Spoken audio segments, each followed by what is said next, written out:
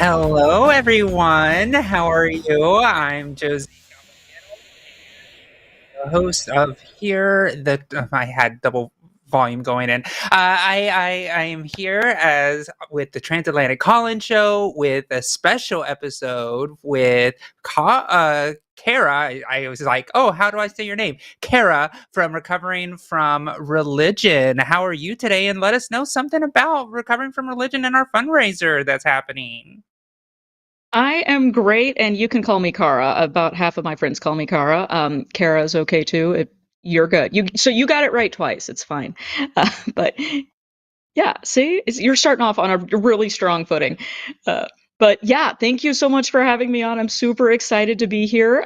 We just talked with Arden on our show RFRX this past Monday at Recovering from Religion, and we are gearing up for our annual fundraiser also this weekend.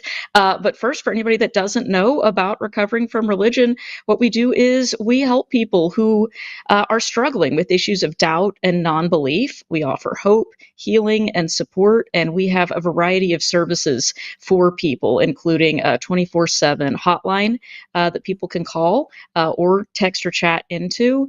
We have a whole lot of programming, like I mentioned, our show RFRX, which is every Monday evening, as well as a blog and a podcast. We have peer support group meetings, and we can also help people get connected with a secular therapist through the Secular Therapy Project. And we have an online community that people can join and get support. We have resources available online that are organized around a lot of the common topics and issues that people encounter when they are recovering from religion. And all of those links will, I'm sure, be available in the show notes. And I'm happy to drop some as well. Yeah, I mean, I can't express how important your organization is, particularly for trans people, because, as I have done studies, you see that most of the time conversion therapy starts in a religion space, where, oh, you're queer, oh my gosh, or you're trans, oh, talk to the pastor, and then the pastor tries to pray it out of you, or like, you should find God and figure out if this is the true journey for you, and people don't realize that that is a form of conversion therapy and can lead to the first signs of trauma when coming out as trans or queer. Oh, yes, that's absolutely correct. I myself have had someone try to pray or exercise the demon of gender confusion out of me. It did not work, as you can see, but that is something that people encounter and come and talk with us about. And in fact, one of the most common reasons that people call or chat into our helpline has to do with issues of sexuality or gender, and in many cases, it is people who are part of the LGBTQ plus community who have been through a lot in their religious background of being told that this is something that is wrong with them, that they're doing something that is sinful, that they are inherently bad or broken or wrong. And that's something that is really easy for people to internalize and be walking around with a lot of shame and guilt and just confusion around as they go through their lives and realize, well, okay, I kind of feel like I am this way, and I'm being told that this is horrible. This is one of the worst things that I could be, but I can't really do anything about it. And guess what? The efforts to pray it away or get the demons out are typically not so successful, other than to No. get people to maybe try harder to repress their own identity. But that is not typically something that is helpful to people. So, absolutely, if that's something that anyone is struggling with, by all means, go to our website, recoveringfromreligion.org, and you can call or chat in to a helpline agent there, and they will direct you straight away to some resources and other services that we can help you out with. Great. And Kara, people in the chat are asking, what are your pronouns? Oh, thank you for asking. My pronouns are they and them. Yeah. I've been on a few shows previously, and we have them in the name thing, but I see we didn't do that here. So thank you for asking about that. It's one of the most ironic things that I think this show does is that we put the pronouns for our callers, but we don't even put them on for ourselves. And they always say, the voice of God will say, Arden, who is the producer, will be like, it's a technical thing, and we need to fix that as a year has gone by since that's been the answer. So I will poke fun at Arden right now. Oh Hi. no. Yeah, let's see you get Well, back here, look, Josie. I will. I will. I'll find you. I'm gonna not partake in this making fun of Arden scene, since my show that I do for recovering from religion is still on Zoom. So I'm in a little bit of a glass house here. I'm not gonna throw any No, it's stones about okay. tech issues. I will throw all the stones at Arden because that's what we do here. At least that's what I do. And especially when she can't fight back, which she will later, I'm sure. But anyways, all right, friends. So let's go ahead and get into a call and get started, and then we'll go over last week's poll, and then we will wait. Am I doing? Yes, that's right. We're gonna go ahead and call first. I feel excited to just jump in. How about you? I'm ready for it. Let's do it. All right, great. So we'll go ahead and take the first call that has come in. It's Jib from California, he, him pronouns, and believes trans ideology promotes regressive stereotypes. Jib, tell us about it. What do you mean by that? Oh, good morning. How are you all doing today? Good, doing well. I was about to say, wow, oh yeah, it's right, it's California, but we got you by 8 minutes. No, So it just turned noon actually. yeah, 12:08. Good afternoon, my bad. 12:08. No, it's all fine. So yeah, tell us about how you believe, why you believe trans ideology promotes regressive stereotypes. All right, no problem.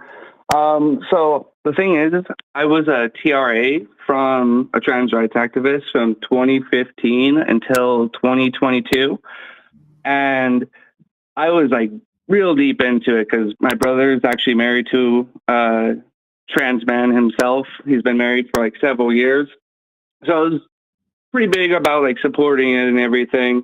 And my brother's like really smart, so I was like, well, I'll just assume he knows what he's getting himself into.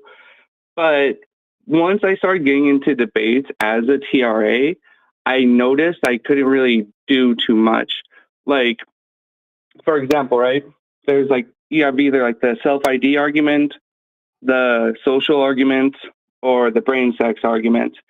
And the problem I have is what I find to be probably the most popular right now is either it's a tie between self ID, being a woman or a man, is anyone who identifies as a woman and or a man.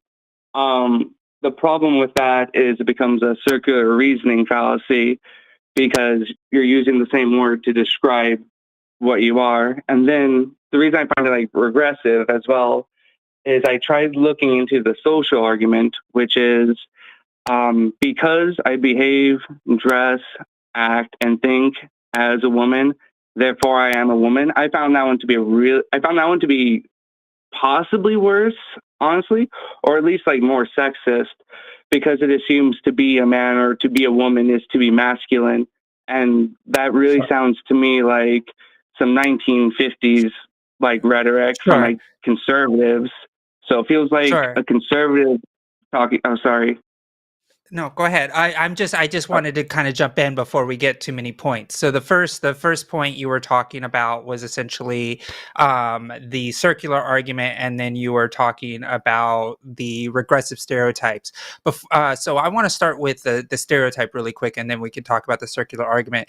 Do you believe Yeah. that cis people also present stereotypes? So like, the Pamela Andersons, the people who do actually do that? Or do you believe that trans people are the reason those stereotypes are being promoted? If I'm understanding the question correctly, I think it's promoted more so from the trans side because here's the thing, right? And I'll try keeping it as like on topic as possible. But like, I love me a tomboy, right? I love tomboys. The problem is, Sure.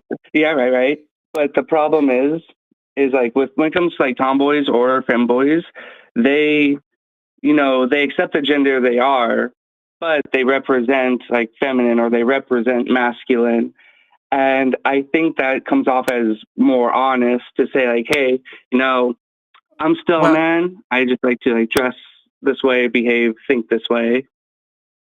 sure. I don't know if So that answered your you question. I kind hope of, that wasn't like off no, topic. no, it's fine. No, I get what you're saying, but those aren't actually like gender, those are expressions, right? So the identity and expressions are different, right? Like you said, a person who is considered a tomboy is someone who is, who still is a woman, identifies as a woman, but dresses in a masculine expression versus somebody who is a femboy who expresses themselves in a feminine way, is also identifies as a man. You said that that was more honest, but yet we have to remember that there's a difference between gender identity and gender expression. Would you agree that those two things are different? So this this reminds me of yesterday I But actually got into before we jump into that, do you okay, believe sorry. that gender identity and gender expression are different? Well, from my point of view, I don't believe in gender identity. Um, Oh, and what I mean by that that is like I've been being called like non-binary a lot recently, right? And that's because I believe you can be masculine one day and be more feminine another day. It depends on like who sure, you're around and the group you're but with, right? the idea, I'm coming back to the question, right? Gender identity, Yeah. gender expression. So if you do not believe gender identity exists, then you mean that gender expression is the same then. So only gender expression exists and gender identity doesn't, so therefore they're the same to you? That sounds accurate. I mean, I would usually when talk about like behaving or acting as a gender, I usually say like masculine or feminine, like traits that are more feminine or traits that are more masculine.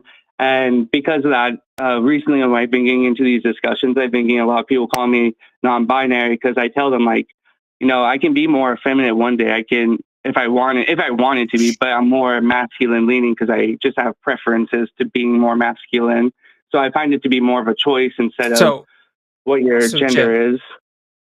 great. So, and Okay. Kara, I'm going to let you get to your point real Yeah. quick. Hold on. I'm just going to finish this last point. So, and then I'll get to you, Kara, really fast. So, in that case, you said, so if you believe that gender expression is the expression that people have, then do you believe that there's a difference between gender and sex? Or do you also believe that gender and sex are the same? So I believe that sex makes up part of your gender because for me, gender is your sex plus age plus species, So, and we can see this so in. there's a difference. So the question is very simple. Is there a difference between sex and gender? Yes and no. That's a bit of a tricky question because I would say sex is still a part of your gender. So I don't know if I can really say there's a difference because one makes up part of the other for me. Okay, so if gender and sex are different, because if they are, which is you're saying, gender and sex are different, but gender expression and gender are the same. So therefore, you're able to make a difference between your sex and gender. So therefore, someone who is a tomboy would be a form of trans to you. That's the thing, right? For me, a tomboy would just be a woman who has more masculine like hobbies or interests. Like the way they express is them behaving as a tomboy, if that makes sense. If that Okay, came out proper. I will go more, but I want to give Kara a chance to ask some questions. Yeah. Yeah, no Yeah, worries. Go I ahead. did. Yeah, I This had a is my question first for you. time. This is my first. No, Oh, it's sorry. fine. I just want to say real quick. Yeah, this is my first time doing a call-in show, and I try to be real proper because my position is I'm a gender critical, and while we get the rough end pretty often, we sort of get pushed into the bigot category pretty often. So I'm making sure I'm as good faith as possible. I just want to say that, but I'm also new to So are we, call Jib. in. Yeah, So are we. excellent. And look, if you're wanting to have an open conversation with you, we will. We're not going to go and just call you a bigot and everything like that. That's not our goal here. Our goal is to have a conversation where we're able to investigate your claims so we can then have a better conversation and have clarity. But go ahead, Kara. Yeah, no, I just had a question for Jib. You mentioned something that I thought was interesting. A minute ago, you said that lately people have been calling you non-binary, and I was wondering, is that something that you would call yourself, and why or why not? Oh, yeah, no, that's a good question. I would not call myself non-binary. I'll try not to like go too into it, but yesterday, Matt Delhunty actually called me non-binary when we were trying to have a discussion, but that went a little south. But yeah, as far as I go, no, I would not call myself non-binary. I would just say I am a man and I behave more masculine. If that answers your question. Okay, sure. Yeah, the reason I was wondering was it sounded like maybe there was a personal stake potentially in this for you when you were talking about people maybe sometimes expressing or behaving more in a masculine way or traditionally masculine way or more feminine way, and you were not interested in necessarily labeling that as trans. And I was just going to point out that some people who are non-binary, I'm not saying that you are, I don't know. Um, But some people who are non-binary identify as kind of that being under the trans umbrella, and some people really don't. So there is a diversity of opinions on that, and I was just wondering if maybe something to do with that label was putting you off because of that, and if this was part of a personal experience you were having, or if you were exploring your own gender expression or identity.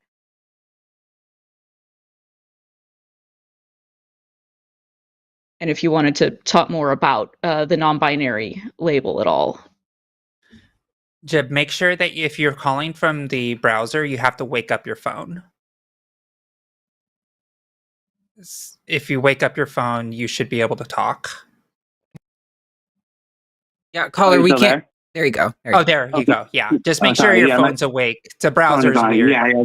They warned me about that. I was getting so interested Yeah, in the conversation, I forgot to keep my finger on the phone. Excuse me, on the no phone. worries. No problem. What was your last question though? Just so I can really think about it.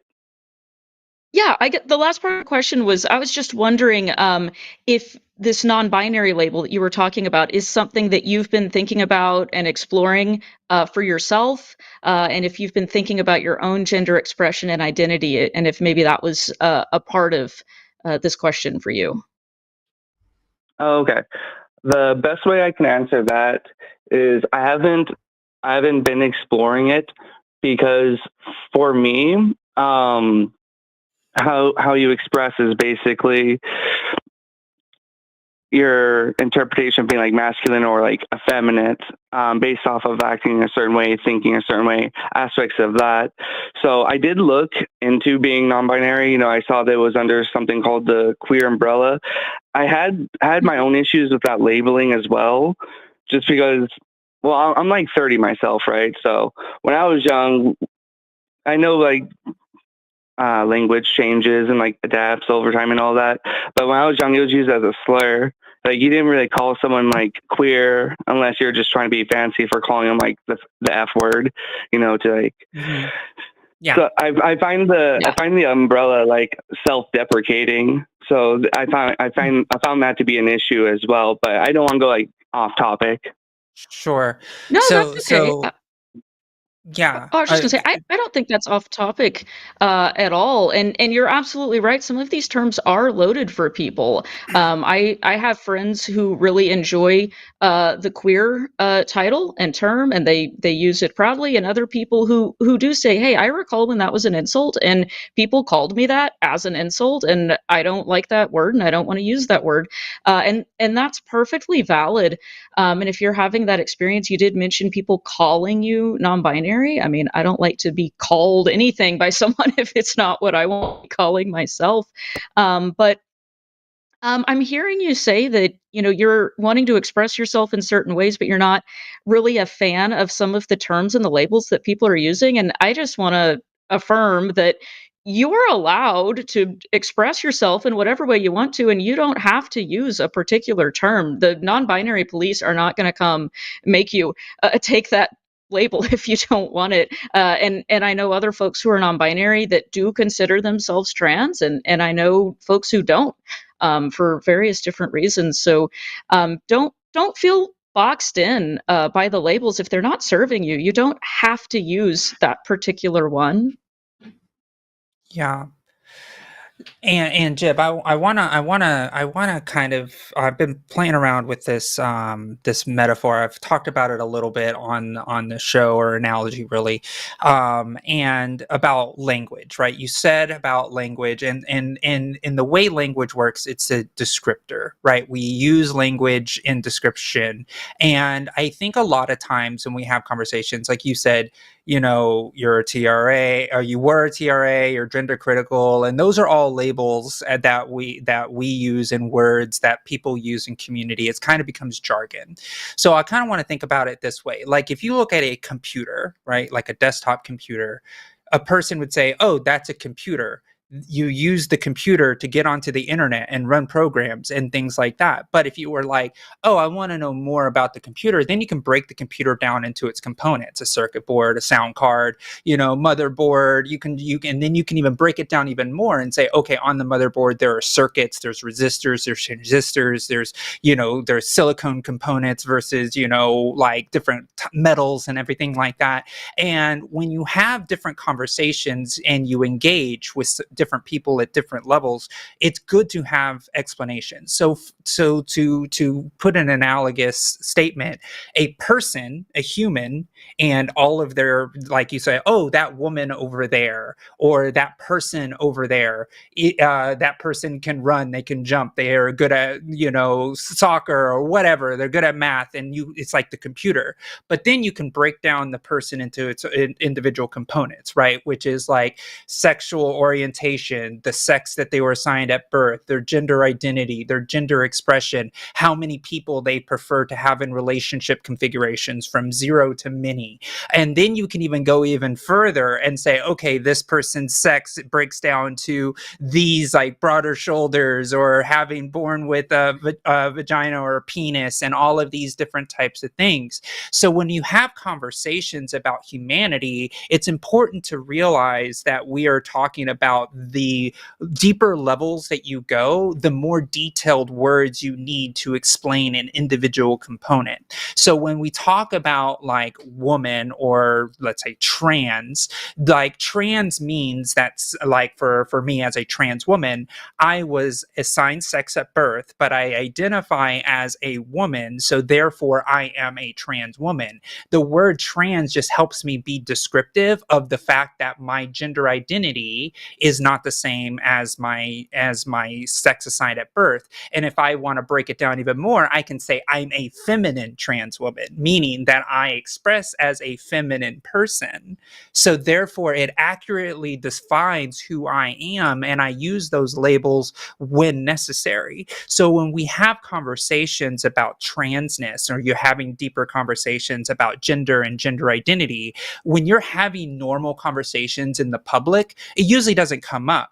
But on shows like this, or if you're an activist in some way, that's when those words become relevant and important. So that's kind of like what I mean. So like so for example, and I'll let you get a word in, but for example, Yeah, no worries. yeah. So for example, if I were to say a computer, but it doesn't have and I don't distinguish the fact that that computer doesn't have a sound card in it, right? Then you turn on the computer and it's like, I can't hear any volume. Well, it's a computer. It's fine. It's just a computer. You can still go on the internet, but I can't hear anything. We're not going to talk about the sound card because I don't believe in sound cards, but it's still a computer. Right. And so again, it becomes one of those weird conversations of be like, just because I don't believe in a sound card doesn't mean that the sound card doesn't exist. Right. And so if somebody says, "Oh, I don't believe in gender identity," that doesn't make it not real for other people who have gender identities who identify as trans people. Just like you would say, "Well, a computer isn't a computer without a sound card." Then it's like, "Well, I don't believe in sound cards. I like computers that don't produce sound. Why are you trying to say that it has to be this way?" So that is why these words are important for descriptors, so we can have better conversations as humans, because 50, 80, maybe 100 years ago, there was no word for computer, right? They were abacus, right? They were just like, oh yeah, I calculate things, so therefore I guess I'm a computer. But we use words and they evolve so we can describe the things around us. Does that make sense, Jib? I see what you're saying as far as language changing. One issue I tend to have as far as language changing is, I think, since the word gender, as far as like being like adult human female, is like, since that's like so popular, and since when people say the words like man and woman, and they tend to think that when referring to gender, since that's like so widespread, and there's this like new wave of referring to gender as like a self-identification, how one like views themselves, I think that tends to create like conflict. I think like a new word should be invented that isn't gendered to express what people are referring to as gender identity. That, or going back to using phrases like, oh, I'm just like a very masculine girl, or oh no, I'm just a very like effeminate So man. so Jib, I have to stop you. What you're saying is we need a new word for gender because you believe gender identity does exist. Because Well, gender identity does exist, you just don't like the word gender identity. That's what it sounds like. So rather than well, having a no, I was sound card, you would prefer it be like a music card. Like, it's like, okay, but it still does the same thing. So why would you no, want to I'm create a assuming new in word for I'm something that assuming in good exists? faith. I'm assuming from like the TRA perspective, basically what the TRA perspective, they would call their self perception like a gender identity. So I'm more so saying from that worldview, from the gender ideology perspective. So the other TRAs, I think it would create like better language between them and gender criticals, because of how we like gender criticals use the word gender and how that like differs from trans rights activists. I think if there was a different word to describe that self-interpretation other than gender, there might not be as much conflict between the two camps. If that works out all right, if you understand what I'm saying. I Because I was a understand what you're former saying. TRA. Yeah, I think that sometimes I know people who will actually argue that we shouldn't even have gender as a term, that we should just say sex, and what we're all walking around describing as gender, we should actually just roll that into sex, and everyone who's assigned female at birth needs to act feminine, and everyone who's assigned male at birth needs to act masculine, and we don't need to have this gender business because that's just people acting up or whatever. But we do have that term gender, and what I'm hearing now is that you're saying, well, actually, even that doesn't fully capture all of the nuance when we're talking about, well, gender can include expression, and gender could also include identity, and gender could also include the way other people are, acting towards you, and roles and expectations and all that. And I mean, I'm all for having more description myself, but I don't quite understand how that leads us back to the there not being such a thing as gender identity. I'm kind of echoing Josie on this one. I'm not necessarily in your explanations hearing you say that you don't believe in the existence of gender identity. It just sounds like we're arguing over what word to call it. And I don't know about you, but I'm not sure that kind of reminds me of when people say things like, I don't believe in pronouns, and the reason is that calling a singular person they is bad grammar. I find it really hard to believe that people are getting that upset over grammar. I don't think that it's actually the word and the grammar that's bothering them. I think people are getting all worked up over some larger ideas and concepts that have to do with the way people are allowed to be in the world. And that's what we're really arguing about here. Are people allowed to express their gender in a particular way? Are people allowed to think of themselves and their identity in a particular way that isn't the one that they necessarily got assigned, or that people would necessarily look at them and assume? And it doesn't matter to me if we call that a different word. If we come up with one that makes sense, that we can all use and understand each other, I don't care what we call it, but the concepts are still there, right? Would you agree with that? That the concepts of Like, for masculinity and example, femininity are gender there, identity. or Sure, but also that people might identify more with one or more another, or more something else, masculine or feminine, right?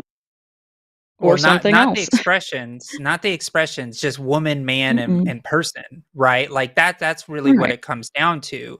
Like Jib, are you a man or a woman or a non-binary person? Oh man. Okay, great. That's your gender identity. I didn't ask if you had a penis or not. I just asked if you're a man or a woman. So therefore, for me, I just take your word and say, yeah, you're a man. Why would I argue otherwise? And that is the identity, right? That is what it is. I can't see you. I can't see if you're masculine presenting or feminine. You could be in a dress right now, but the fact that you said you're a man allows me to know that's what you identify as. That is how we use Um, language, right? Generally, I just like I I was like, oh, I'm on a computer right now. I do. That kind of ties. I'm glad you said that, because it kind of ties back into, at least for me, why I find it to be like a little regressive. Because you said right now, like, I can't tell if you're masculine presenting or feminine presenting. One of the reasons I find like gender identity, or like just the TRA position in general, to be like regressive is, if I wore a dress, would that, like, isn't that like emasculating to say like, oh, now you're a woman No, because you're wearing a dress? no, I wouldn't. No, it doesn't. Look, I'm trying to tell you that there's a difference between gender identity and gender expression, like I said in the beginning of this call. What people wear, or even the pronouns that they use, have nothing to do with the gender identity that somebody has, right? So, for example, like all pronouns are just a linguistic like descriptor of what somebody is trying to tell somebody that they are expressing as. So somebody who is they, them would say, I'm expressing to you that I am non binary using language, rather than having to say, oh, I'm putting on these clothes. So when somebody says, no, you're not she, her, you're he, him, you're literally telling them to take their clothes and change them, but it's in words, right? These are all expression. This is why at the beginning of the conversation, I was talking about the major difference between gender expression and gender identity. The expression are things like pronouns. The expression are things like your clothing and feminine, like feminine, masculine characteristics. Your gender is what you identify as. And I know we're running low on time because we do got a lot of callers, but the gender identity piece, and I hope that you call in again so we can talk about how you believe gender identity doesn't exist. So therefore, if gender identity doesn't exist, then the thing that most gender critical people, and I know you're calling us TRAs as trans rights activists, I am a trans rights activist, so I guess you're not wrong. I don't know why a lot of gender criticals use TRA as like almost like a derogatory term, because it's like that's Oh what no, I do I'm for a not. I'm living. not using it as a. Oh, sorry to cut you off. I don't like interrupting people. Yeah, I don't. I don't sure, mean it as a derogatory term. That's what I called myself when I was sure, very into like that side of things. So I assume sure. the two of you are trans rights activists. I actually haven't seen your So content before, so I don't know if either of you sure, are like trans or not. So yeah, I'm yeah. just I assuming am a because. trans woman. So I would just say Okay. this: gender critical positions, which you said you are, which is a label. You labeled yourself as a gender critical person, and gender critical ideology, if you want to use the word ideology, which you've used a lot, would say that Oh yeah, gender I and don't sex are mind. the same. But gender and sex are the same, is what gender critical people say. So in reality, that's why I think Kara and I kind of like are taken back when you're said there needs to be a different word for gender identity. When Well, or when gender critical people don't even believe there is a difference between the two and they can be used interchangeably. So for me, when I say if I have sex with somebody, I don't say I have gender with someone because linguistically it doesn't even make sense, right? So there's oh, already two different words to provide two different things. So therefore, that is where I think the contention is that gender and sex are different. Gender okay, criticals would so disagree with me. well, I have a little bit of contention as far as that goes. As a critical person myself, and I get into these discussions with like other gender criticals all the time. But like an issue I have with that is we don't, as far as gender criticals go, we usually assume sex and gender, like we assume sex to be a part of gender. Like it's basically 1/3 of what makes up gender for us. So they're not entirely separate. It's more so your sex is a part of what makes up your gender. And here's what I mean by that, right?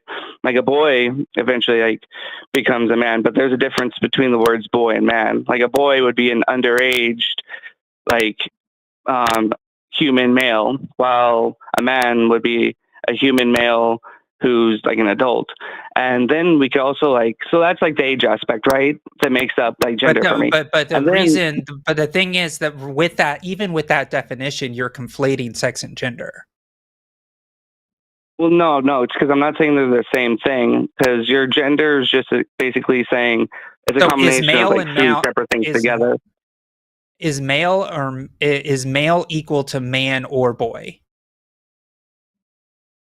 Well, could you go into more detail, but by what you mean as like equal? Like So equal in what way? is a male a boy or girl? I mean, sorry, is a male a boy or a man and can never be a girl or a woman? So can a So male be a can woman? Can a male be a girl? Is what I'm asking you. oh no, not from the Because gender okay, critical so perspective, or at least mine therefore, anyway. so therefore, you believe that sex and gender are the same because male is the sex and gender is the boy or man in this conversation. So because you believe that a male can never be a girl or woman, therefore you believe that sex and gender are the same. Mm, Does that make sense?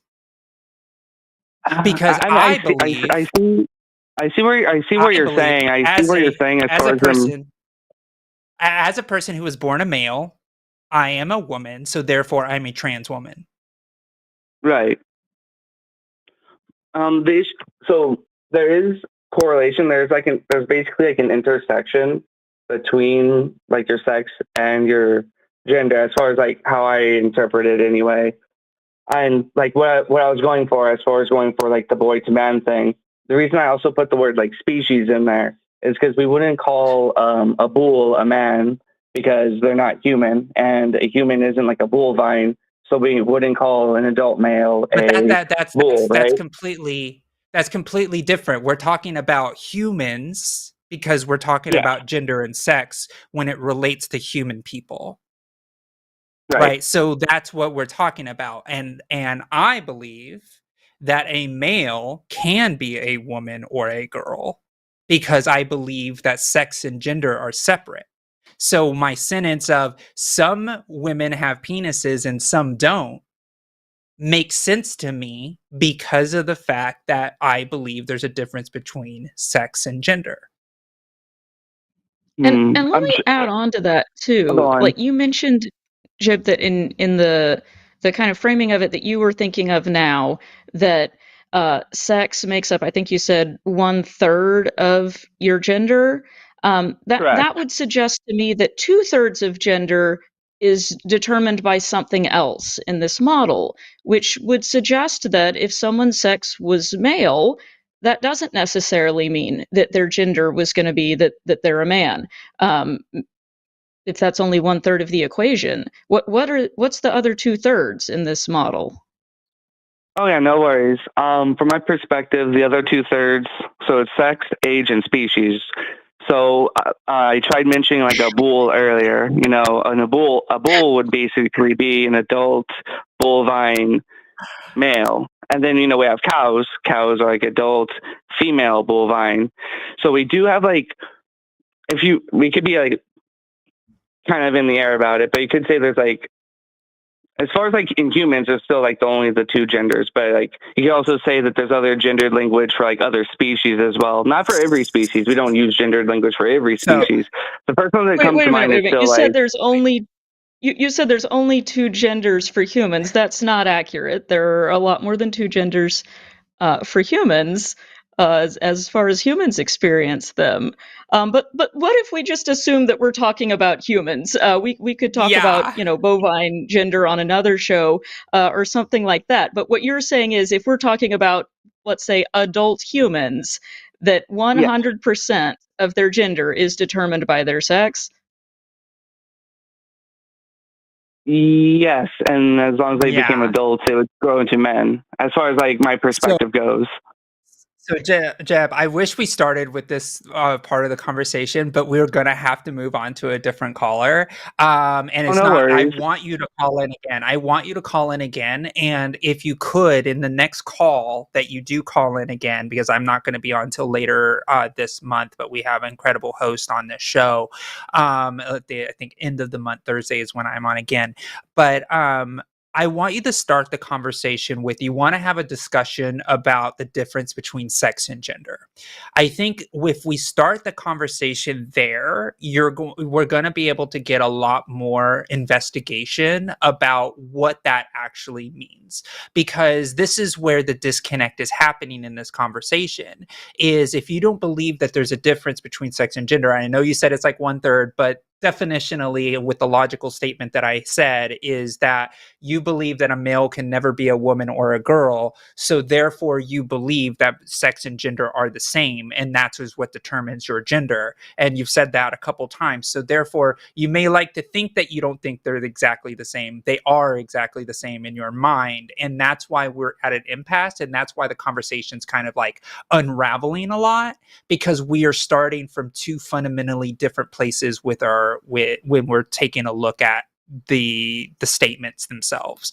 But I would love for you to call in another time if that's okay. But I do appreciate you being willing to have this conversation, and I think it was a good conversation. And people in chat are saying that they've learned some stuff and some conversational stuff as well. So I would love for you to call in if that's again later another week if that's okay.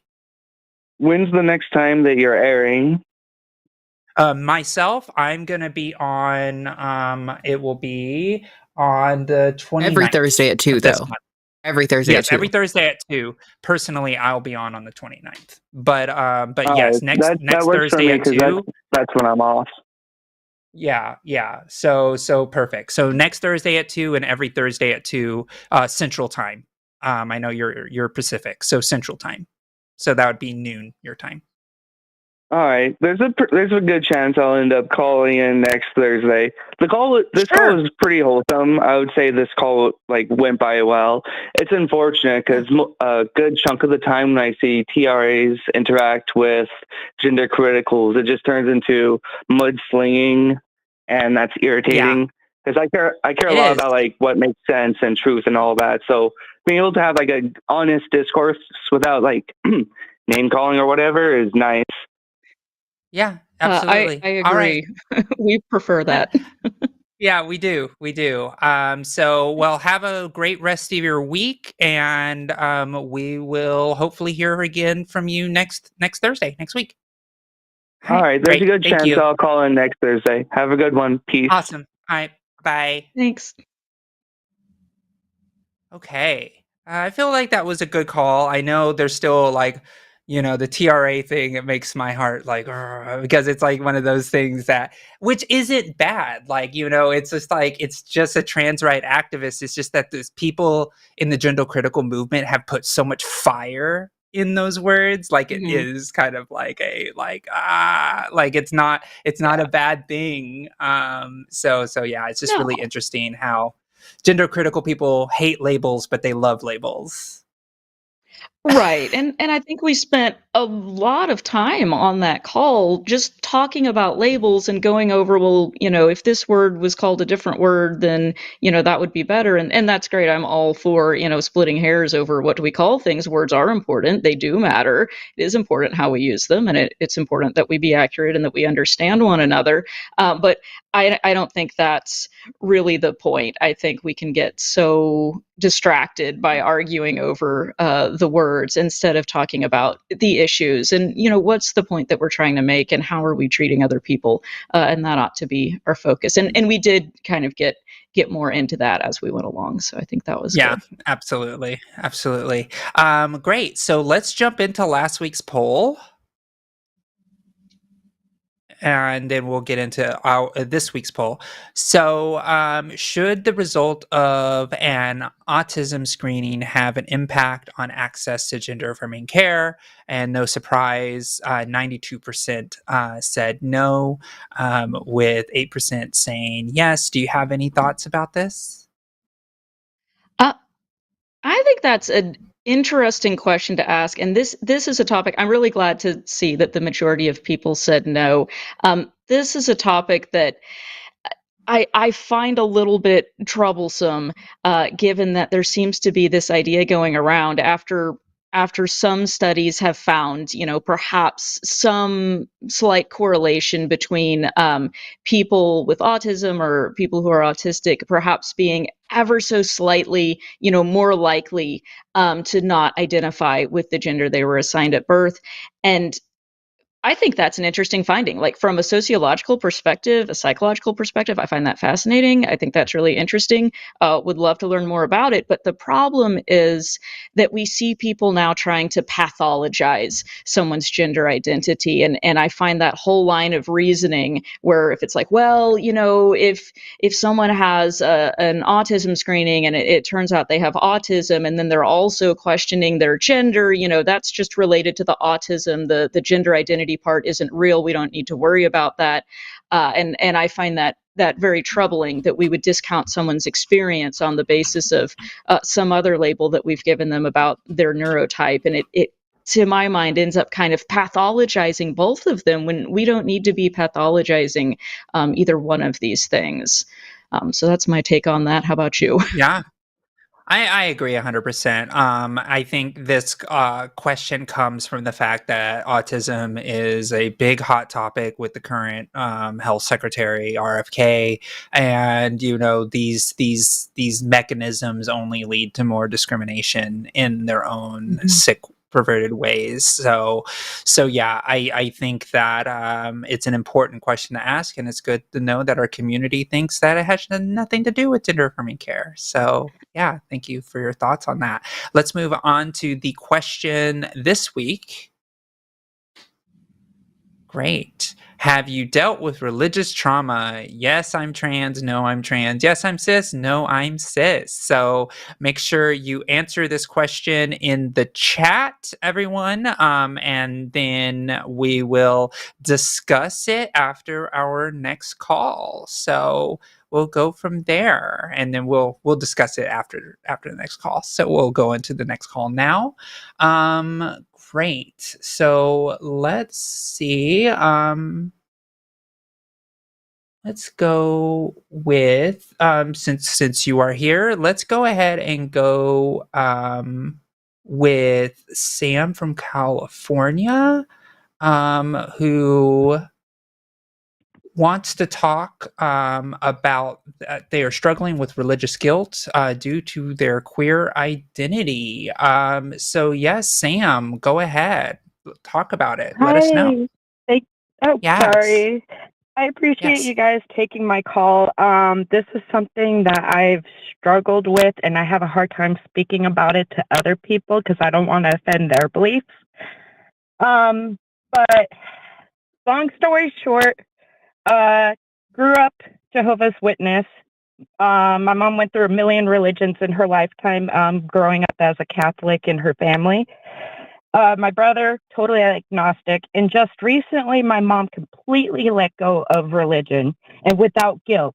So I'm the only one within my immediate family that has this weird paranoia because I don't actively partake in any religion. I don't pray. I don't do anything unless if a cop pulls up behind me, then I'm like, oh God, please help me. But other than that, I don't believe. And the times that I've really like helped that to myself were the times where I started getting anxiety attacks at night when I started transitioning. And to preface, I do have an anxiety disorder, but the medication I'm on has helped decrease the symptoms significantly to the point where I think at this point it's just about finding a way to cope and navigate this. And essentially, it stems from, well, being trans, I'm on the left side. So hearing from the opposing side about going to hell for these things and having that reinforced in this argument feeds onto my paranoia. And it got to the point where I thought that if I fell asleep at night, I literally would think that I would go to hell. It was just a guaranteed. So that made it hard for me to sleep. I don't like that my fear is tied to the opposition more than it is about my moral grounding. And to also add on, I don't hold this religious standard or anything to anybody else. It's irrational. And I guess essentially I was hoping that to see if either of you have any insights or could direct me to where I can find a way to navigate this, to deconstruct it, because my end goal is to let go of it, but I don't know how to. And it's embarrassing that my mom, being close to 60, her whole life being religious, it makes me feel embarrassed that she could let go of it and be happy, and I'm not. So that's sorry, I said that was long story short, but that ended up being long story long. No, that's okay. Thank you for sharing that with us. I think that's really important that you did share all that, because something that I'm noticing right away about that is you mentioned feeling embarrassed, that you're dealing with this and that you're having these feelings and these reactions, which first of all, you don't need to be embarrassed about any of that. You grew up with or were indoctrinated into, experienced a belief system and a community that led you to believe these certain things, that obviously you internalized those things. You were trying to be a good member of that group, and these are the ideas that you were left with. And we actually, the most common thing that people call into the helpline at Recovering from Religion about is somewhat similar to this. People will call in and be really embarrassed and say, I don't really believe in this religion anymore, but I still have this fear of hell. I wake up in the middle of the night and I'm afraid that I've gone to hell, or I had a nightmare that I've gone to hell, and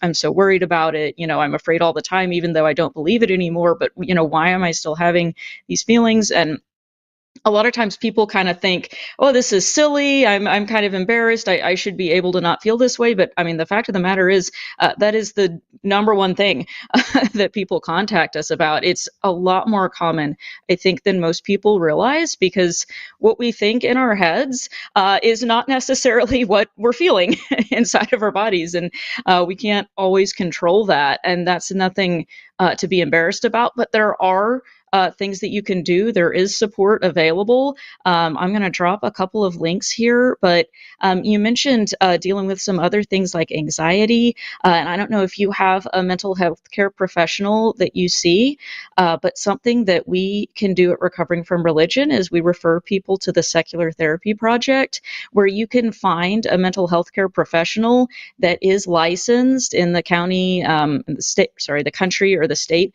that they practice in. But we make sure that all of the therapists that are in that program are maintaining a secular practice, which means that they're not going to be proselytizing to you. They're not going to be trying to read the Bible with you. They're not going to be reinforcing some of these beliefs that are causing you this distress. They only use evidence-based treatments. And I know a lot of people have found that to be very helpful. And I'm going to go ahead and drop a link for seculartherapy.org in the chat. But also, we have a lot of resources at Recovering from Religion on our resources page that have to do with both guilt, which is one of the major topics that people do call in and talk with us about, as well as particularly the experiences of people who are in the LGBTQ plus community and things like that. Those are both really major topics, and we have a large number of resources. And something else that I would mention is if you want to chat with someone on our helpline, there is someone available 24/7. If you go to recoveringfromreligion.org and either click on the chat button or call the number, there's an agent that's been trained that is going to be able to listen to your situation and hear about what's going on with you and these struggles that you're having with it. And they will sit there with you and go over it with you. And they're not going to be trying to deconvert you or reconvert you to anything or take your money or anything like that. It's completely free. But they will sit with you and talk with you about this, and they can direct you even more specifically to resources that may be helpful for your particular situation.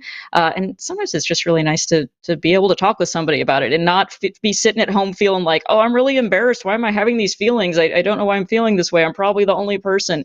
You're not the only person. This is common. It's unfortunate that it's as common as it is, but this is not your fault.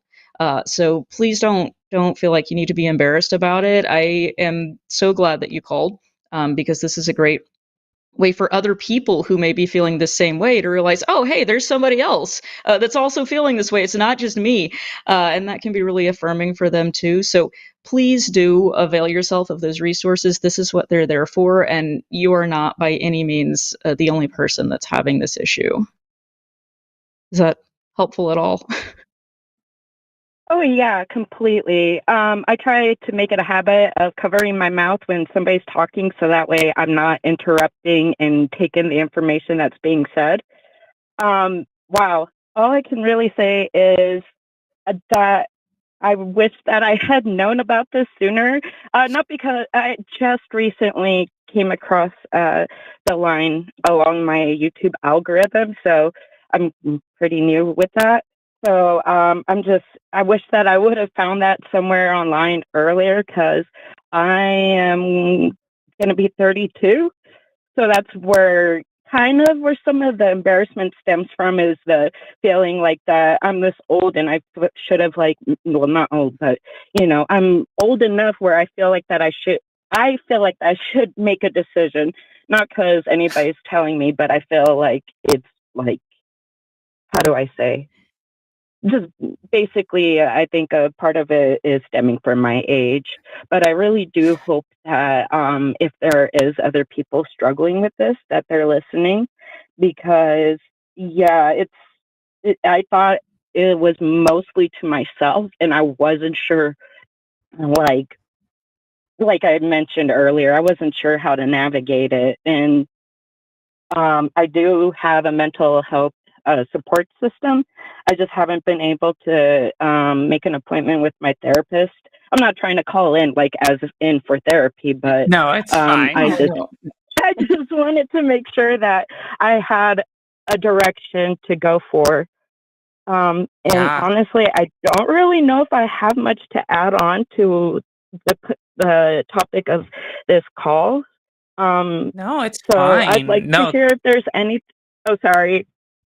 No, I am sorry. I'm the one interrupting you. No, that's fine. And I just want to say, hey, you're 32. You beat me. I came out as trans at 34 years old, and now I'm almost 40. So, and it doesn't matter when you find these things out. It is everybody's on their own timeline.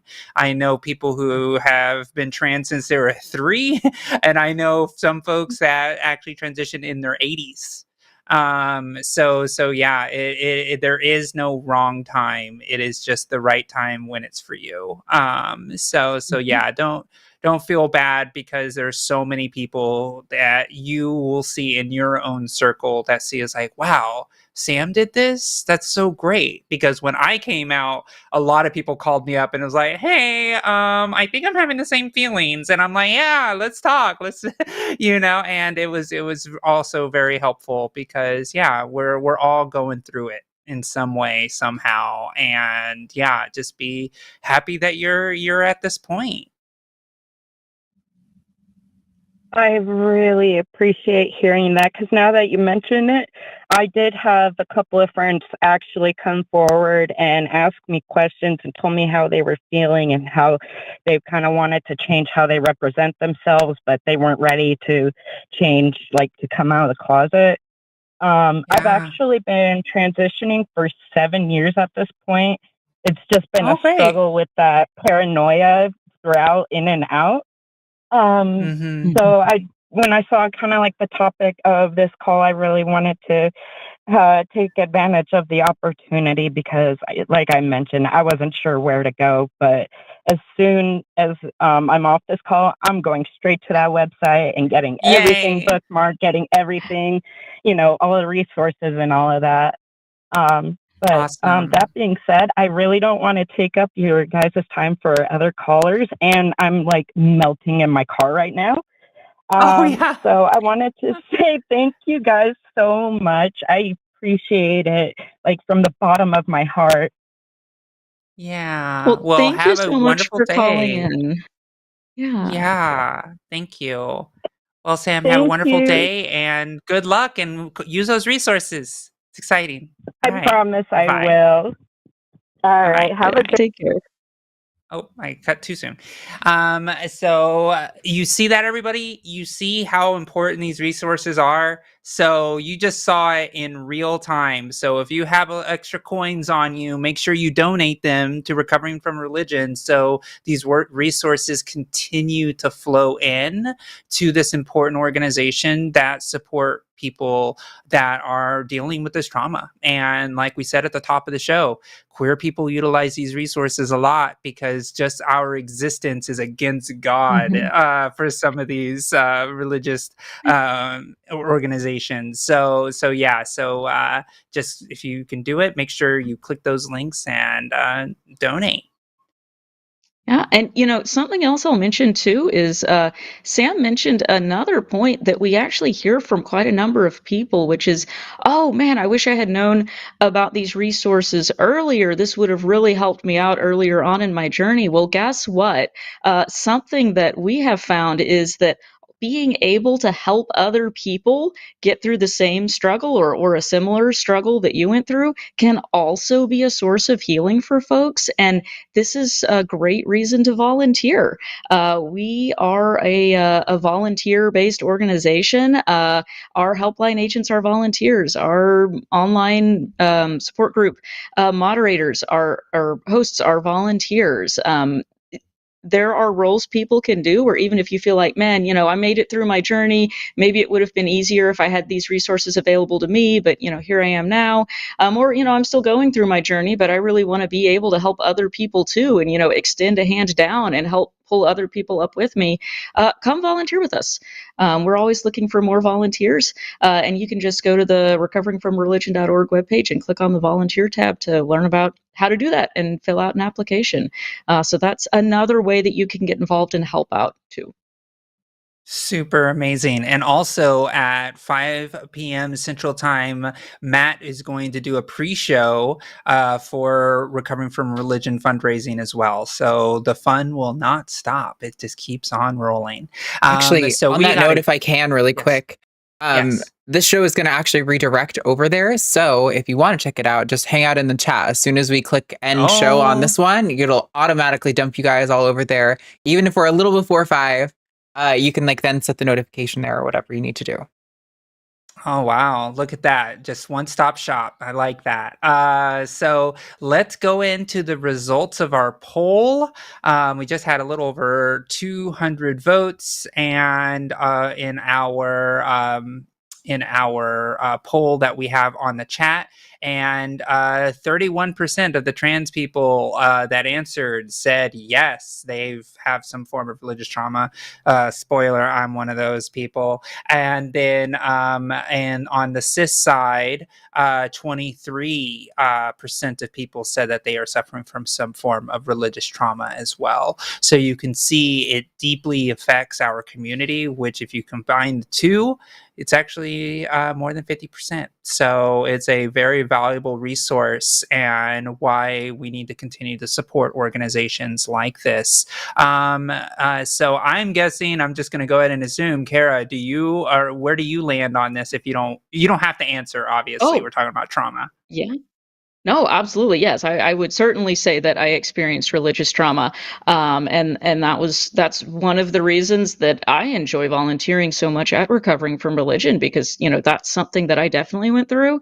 My family growing up was extremely fundamentalist. We did some of the IBLP, Bill Gothard homeschool program stuff, as well as some of the other fundamentalist evangelical beliefs. And one of the things that was particularly problematic for me in that situation was that I have always been the way that I am. I identify as non-binary, and that's always been the way I have felt about myself, and the way that I have endeavored to present myself. Not that there's any one way to be non-binary, of course, but that was not something that was allowed in that faith community. It was highly discouraged, and one of the things that you can internalize a lot of guilt and shame around, and just questioning yourself, and what is it me?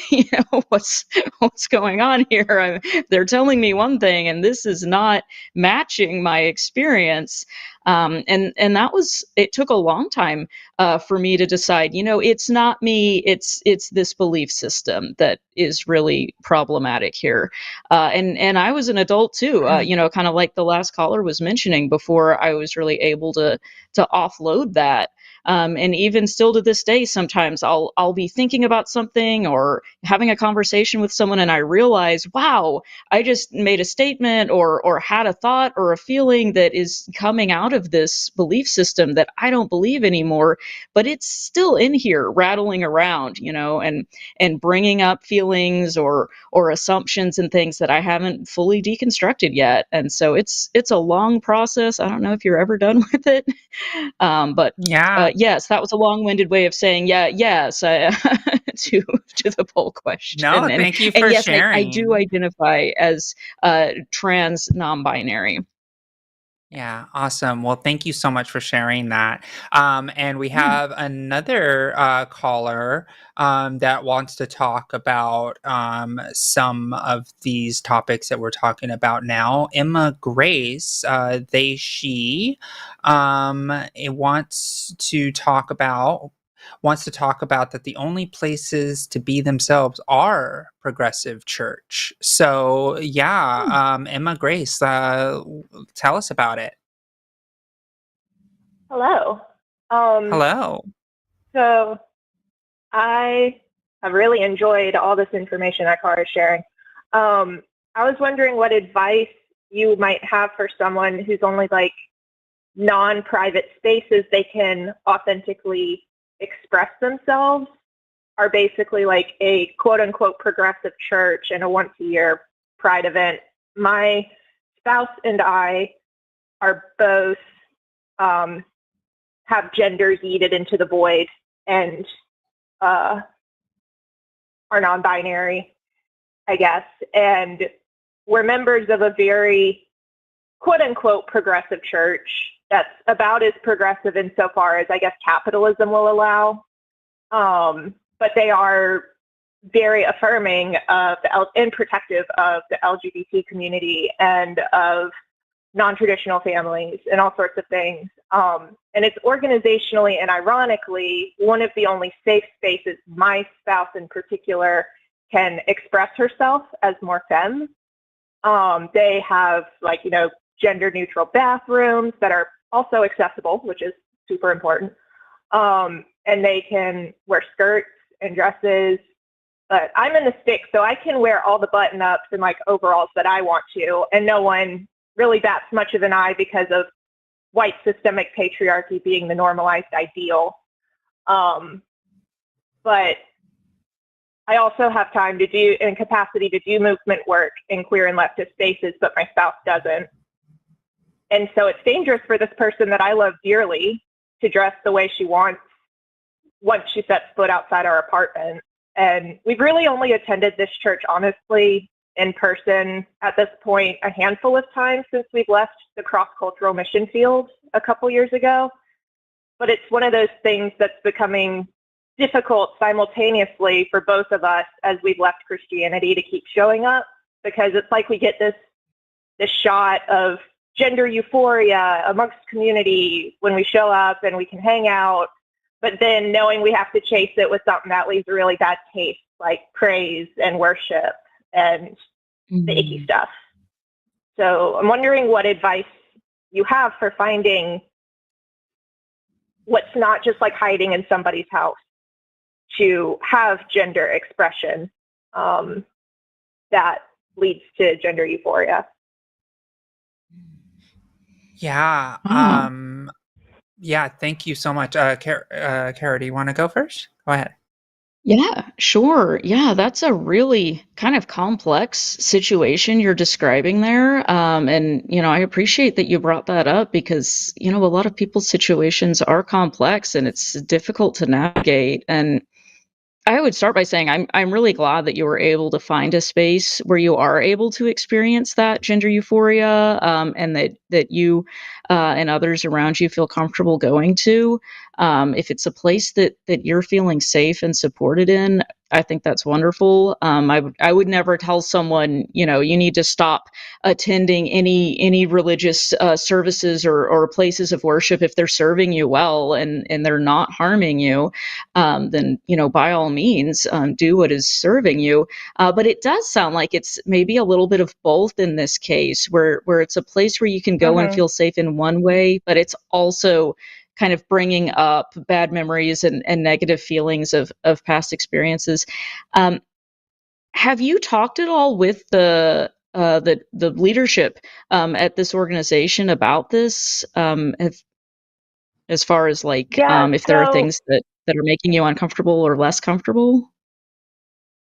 So the pastor there is really cool, and she and the majority of the regulars know that I'm basically like the resident faith fence sitter doubter person who will push back on like theology, cultural history, linguistics, and archaeology stuff. And often people like that input and the dialogue and the questions that come up both in and after sermons.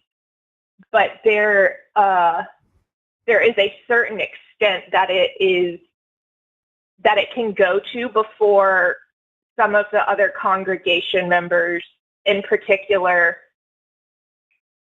get really grumpy. And I don't know if it's because they have their own doubts and they're scared, or they're just happy with where they landed and they don't want to question things more, or because I don't know. Like the pastor is cool. It's often the congregants who want to keep the status quo, even though it has changed and developed over time. Yeah.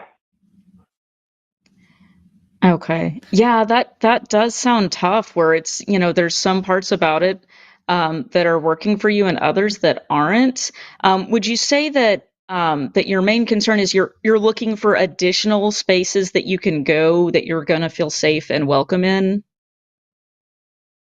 Yes, particularly for my spouse. I feel like I run around in enough like queer leftist spaces that I can express myself. And because I'm very woman passing, if I decide I want to wear a dress, it's not that big of a deal.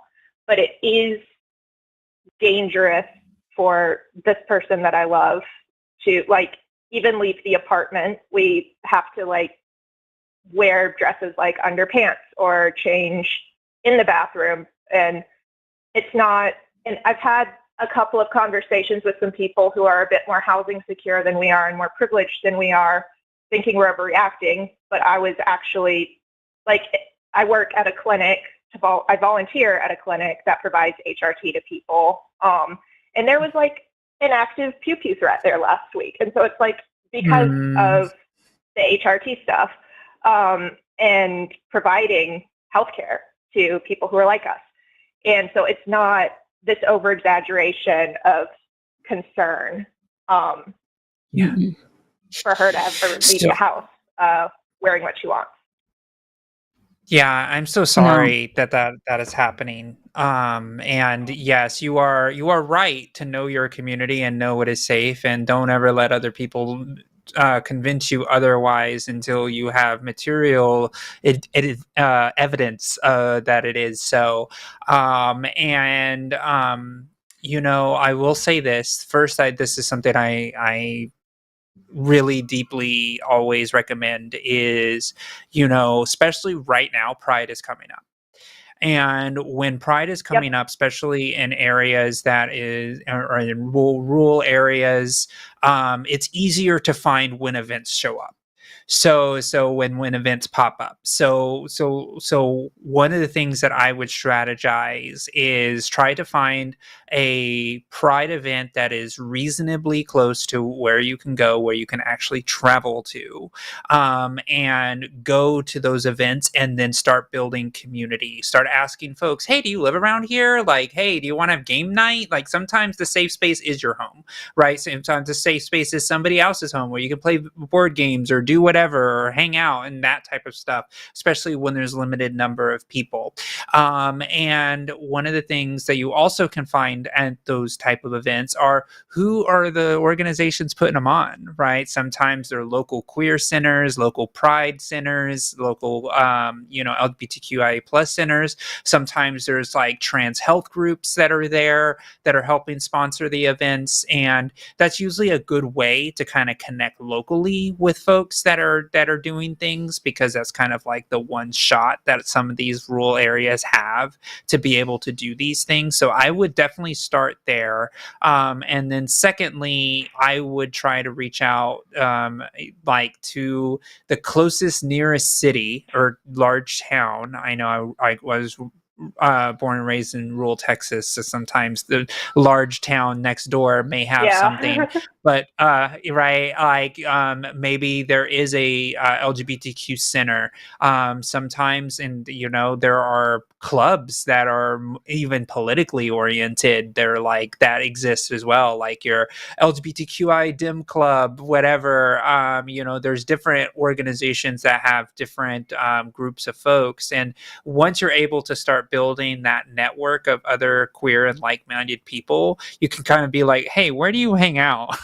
Where do you have fun? Is there a place that y'all all go and meet and gather? And that usually is a good way to get started in these type of situations. But it's hard.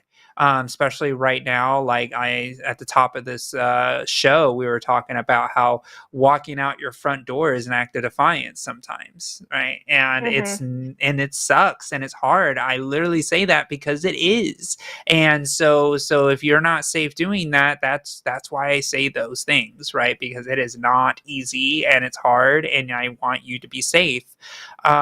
So I would love your reaction to some of that, about some of your thoughts on strategizing how to find other queer trans affirming spaces. Okay, so I've discussed this with you a little bit before on a previous call. That have we? I am active in my closest LGBT center. Okay, great. They do struggle with some ableism that is difficult to navigate around. But I'm still showing up. I'm still there. And so that is a good resource. Also for Pride stuff, the church that I'm a part of does stuff at Pride. And so we have people from the board, and we know who all like the board members are. And most of them are actually Christians in my area. And so it might be worth it to like actually maybe travel outside of South Carolina for a Pride event or something like that. We're trying to find something a little bit less spiritual. I don't know.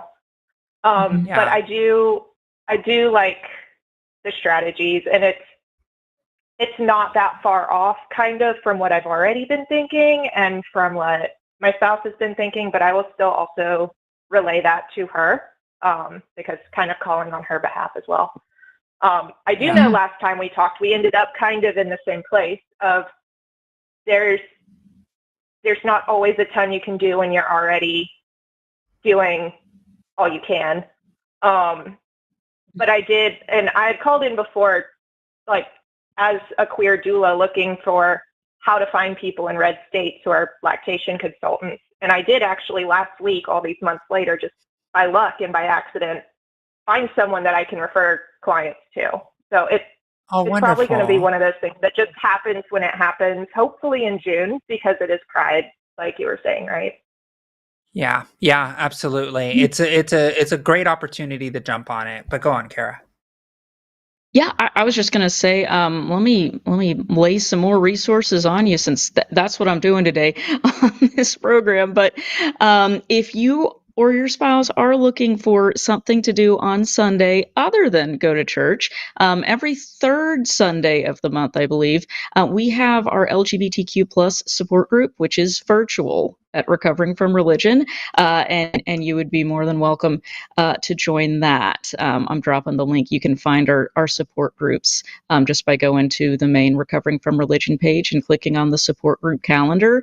But that's something that takes place on Sundays, where who knows, you might meet other people there that live close to you.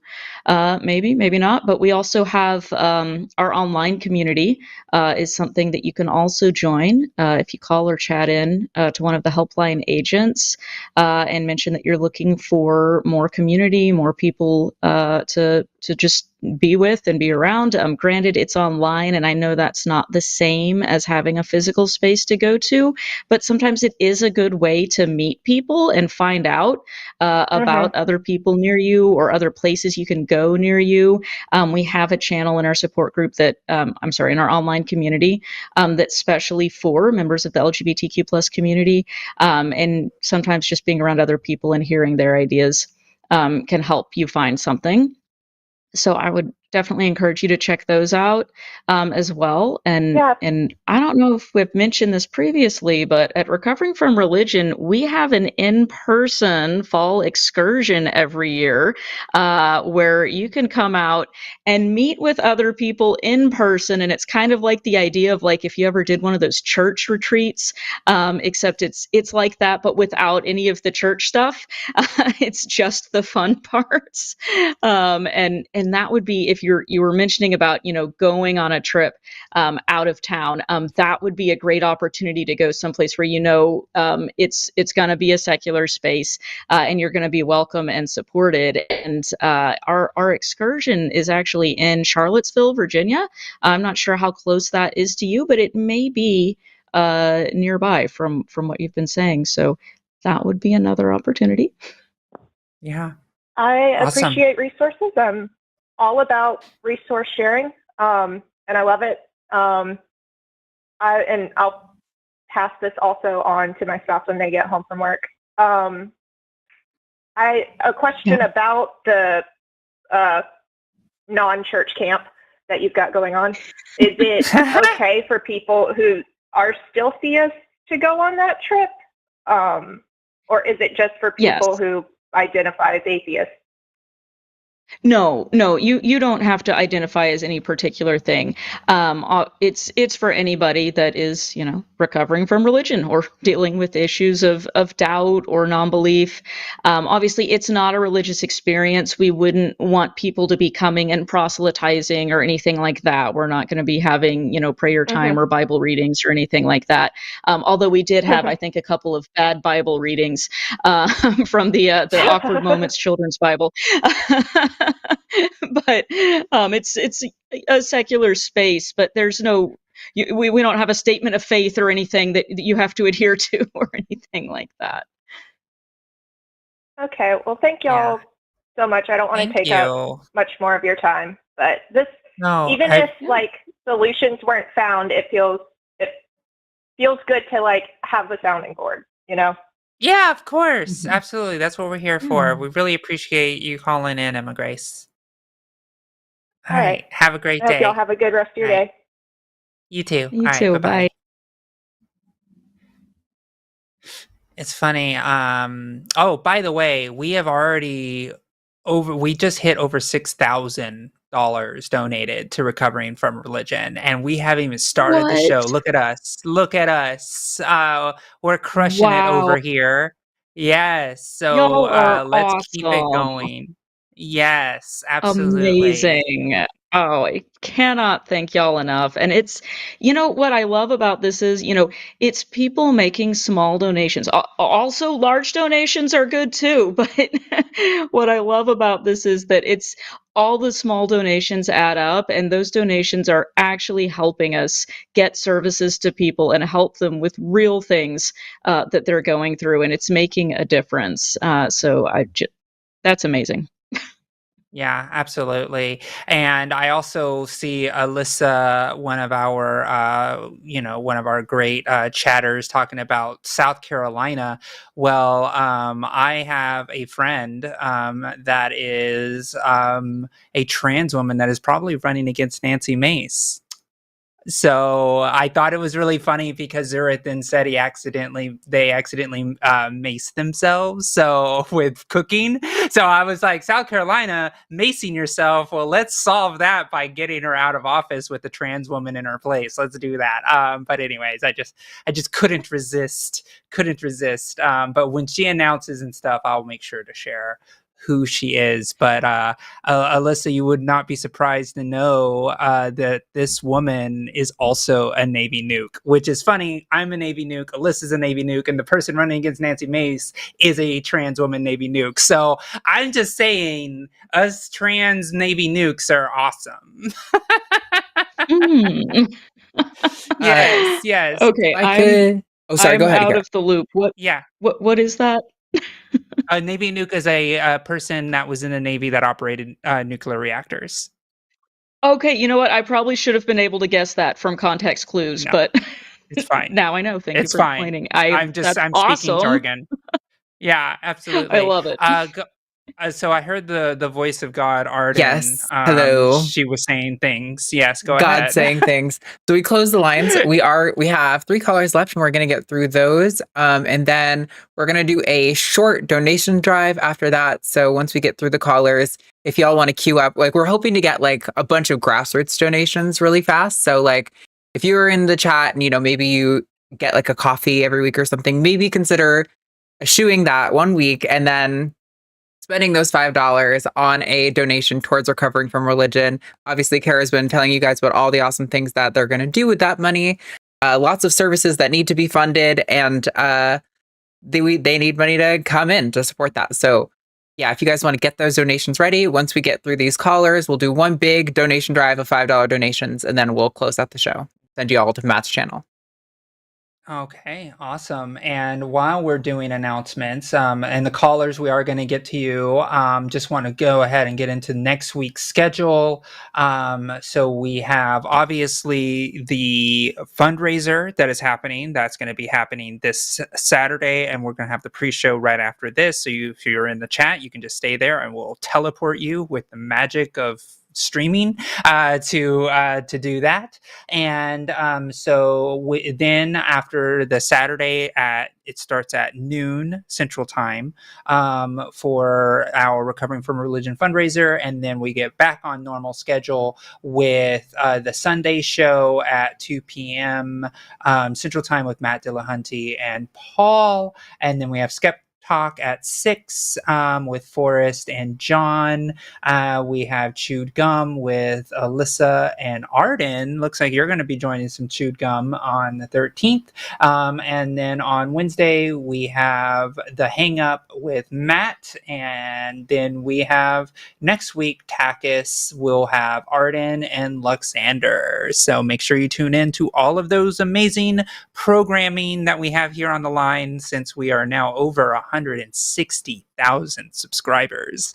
It's like we're like a real channel. Like, it's incredible. It's great. Yeah, it's exciting stuff. Great. This is definitely a real channel. Y'all are Yeah. awesome. Yeah. Yeah, Love it. absolutely. more subscribers every day. It's super great. And if you haven't subscribed, then what are you doing? And make sure you like the show as well, because that's the easiest thing you can do. It helps the algorithm. Do it now. Be the cool people that you know you are. Great. So we will just go ahead and just go down the list as we see them. And we'll start with Darkly Yours, any and all pronouns in Indiana. And wants to talk about the extent do you think religious trauma influences the trajectory of trans life? Go ahead, Darkly Yours. I'm never ready for the phone to actually be picked up. Can you hear me okay? Yeah, we hear you fine. Yes. Okay. I tried to narrow down my question because I there's so many topics that I want to touch on that have been discussed today. So a lot of religious trans experience. My question was about how it affects professionality, and there is a certain amount of trauma dealing with a majority Christian crowd in workspaces and in experiencing just participating in society. I preaching to the crowd on that, I suppose. But what do you think about the religious trauma that carries into the professional world? Yeah, so for trans professional people? world for trans people. Okay, that's interesting. That's a really great question. Um, I will say, since I haven't shared my religious trauma that I have personally, so I was born and raised Catholic all the way until age 10, and then at 10 years old, I asked one of our family friends who got excommunicated from the church why she wasn't going to church anymore. And she was like, "Oh, I got a divorce." And I'm like, "What? Why can't you go to church anymore?" Like, as a 10-year-old, like, okay, but why can't you go to church anymore? And she was like, "Oh, well, the church excommunicated me." And I was like, "What does that mean? So if you get divorced, you can't go to church?" And she was like, "Yeah." And she told me, she was like, "Well," I was like, "So you can never come back?" And she was like, "Well, I can come back, but I have to pay the Vatican to then have the Pope expunge the excommunication." And then that was the moment when I was like, "Oh, I guess I'm not Catholic," because I don't think any church should demand payment for you to be able to attend church. And then my family also kind of followed suit because she was a family friend, and everybody's like, "Why can't they let you in the church?" And then after that, we joined because just going radical. We went to a Pentecostal church. Now they didn't pass snakes around, Oh, but there was plenty of Pentecostal. That speaking. was fantastic. Oh yeah, yeah, right, yeah. So speaking in tongues, the whole thing, but no snakes. At least there was no Yeah, that's snakes. my playground. Yeah, yeah, okay, great. Nothing wrong with a danger noodle here and there, but I mean, it was one of those things that was very interesting. So, went through the Pentecostal church all the way until I was like 17, 18 years old. And then when I joined the Navy, I had to put on my dog tags my religious affiliation. And I actually have on my dog tags that I put Pentecostal, which is really interesting to think about. Like that's how it goes. So obviously all of the indoctrination of the church really didn't allow me to think about being queer, and it was something that I kind of had to repress the entire time, especially saying, "Oh, by the way, I also wish I was a girl." But that's there was so much layered into that. And so when it comes to professional life, like, I literally had it branded on my dog tag, so if I died in the military, they would know how to bury me, which is like kind of traumatic. The fact that you're like almost like forced to wear something. Like, so if you weren't religious, you had to put atheist. If you, or you had to put Jewish, or you had to put Muslim, or you had to, so it's like it was branded on you, on the chain that you wore. It was part of your uniform. You had to always wear your dog tags. So it was like, even all the military people that are in the military right now are currently wearing religious identification on their person, and which is a kind of a very strange thought to think about how religion ekes its way into professional life, when we especially have the fact that our military service members are having to do that. But yeah, there is a lot that happens. Like, it just happened to me the other day. So I am part of a candidate training program. It's called Emerge. I'm very happy that I'm in there, but there's a lot of women in that space that are very, very religious, and they actually bring God into the space when they're trying to do stories of self. They're like, oh, my mom was a God-fearing woman, and I'm religious, and God called me to run for office. And I then felt uncomfortable.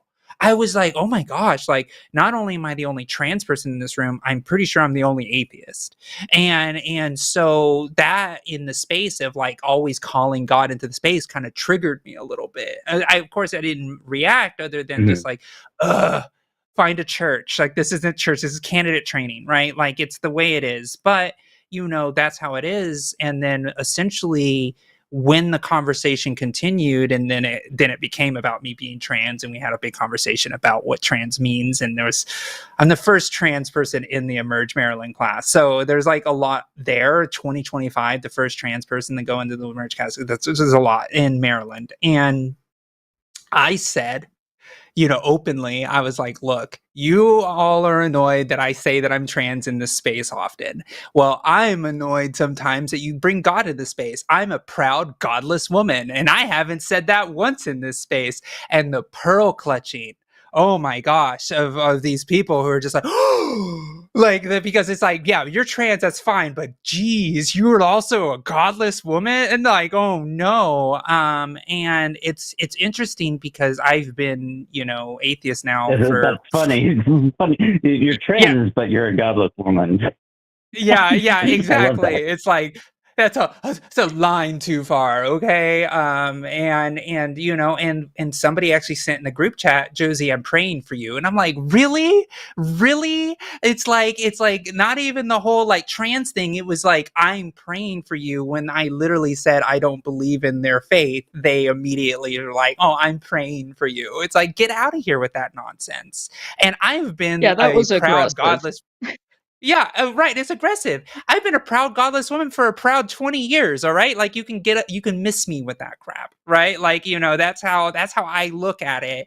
And still to this day, it's going to affect me personally. The fact that I'm going to be running for office and sometime, and there are going to be people that judge me based on my religious affiliation of having none, is going to be something that I'm going to have to contend with. So yeah, the religious trauma continues forward, and it affects us in our religious lives because there's so many people who hold their religion so close to their chest that they automatically pass judgment if someone doesn't believe in the way that they believe. In fact, some Christians would rather me be Muslim than to be atheist, which is really interesting on how that shows up for people. And so it's something that I face to this day. I don't know if you want to say anything. With paganism. Yeah, right. Yeah. Mm-hmm. Yeah, I would add to that too. I think especially when you live in a society that has a pretty dominant religion in it, like for example Christianity, where that ends up just kind of getting baked into everything. And even if it's not an expressly religious organization, it's so easy to find that things are being, like you said, defined in religious terms, or in professional settings where there are standards of conduct conduct that are described as things like, having good moral character, that almost always gets defined as being godly or God-fearing or behaving in a way that is prescribed by religious tenets. These are not, secular moral standards that are being referred to in most cases. And then you see it also in, I'm not going to Yeah, go on my soapbox this spiritualism. time about dress codes, but like dress codes in professional settings, just drive me bonkers when they're all around. Instead of just defining here's what counts as business casual versus formal business or something like that, there's always got to be something in there about modesty, especially for women. No spaghetti straps, don't wear anything that shows too much cleavage. Okay, why is this in here? Why are we talking about this? This is not a real problem we're having. We just had to get that little dig in there. Also, women don't belong here. Is kind of what that sounds like to me. Just And shows so what's yeah, I, on the I do mind. think it's there. Yeah, sorry, go ahead. Oh, I just said it just shows what's on the mind. Exactly that. Yes. And I've had arguments with people about that too, saying, what do you think would happen if you forgot to mention in your company dress code that people's shoulders have to be covered and, they can't wear things that are too tight? And I've literally had people say, well, what are we going to do if women start showing up in their lingerie to the board meetings? And I'm like, okay, this is some kind of fantasy you're having. This is not real life. We don't need to write this into our professional dress code. This is nonsense. But it's there. My It's like life is not it's your baked erotica. in. Yeah. Right. Yeah. Right. Right. And there are still corporations that have morality clauses. I think Disney still has a Mhm. morality clause. There Yep. is also universities. I remember I got a offer for a full ride scholarship for speech and debate, and they had a Mhm. morality clause where I literally couldn't Yeah. dance. And I'm like, oh, all right, like you telling a Latina not to dance is borderline racist. Okay, like I'm just gonna say it right now. But it Yeah. was like based in their religious Sorry. dogma of trying to put people into boxes, and it exists Mhm. all over the place. And people don't realize how deeply ingrained our country is, even in the private level of what your religion says about you and how you can be represented in this country as well. But yeah, Yeah, there's a and lot. Yeah.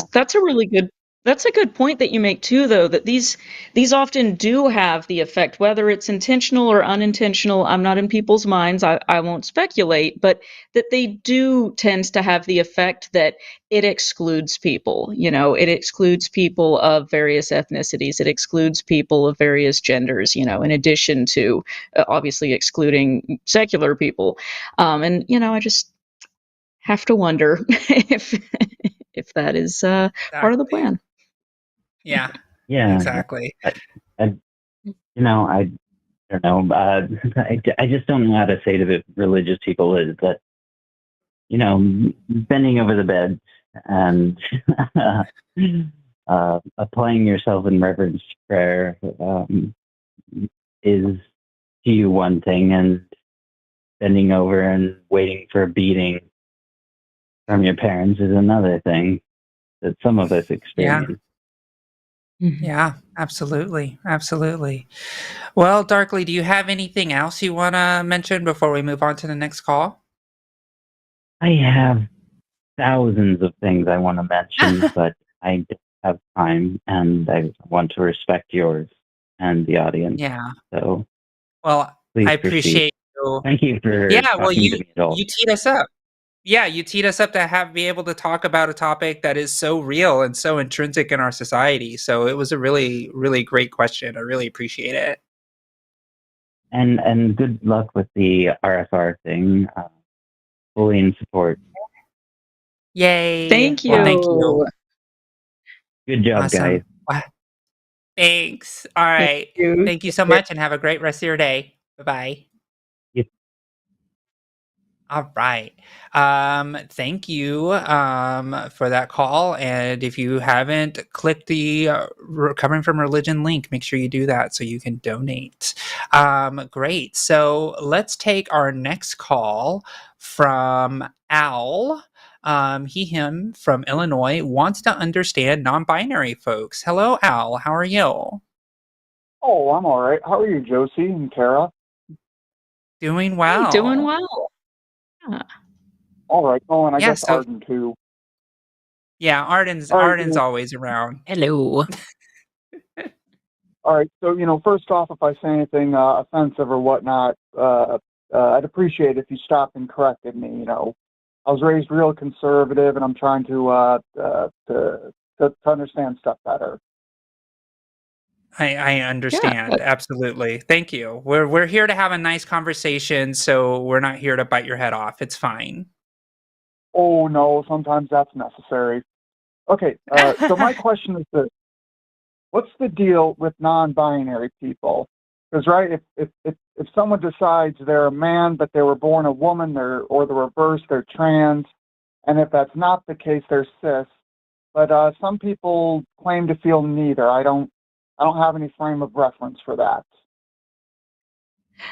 Well, that's okay. That probably just means that you're not non-binary, and that's perfectly all right.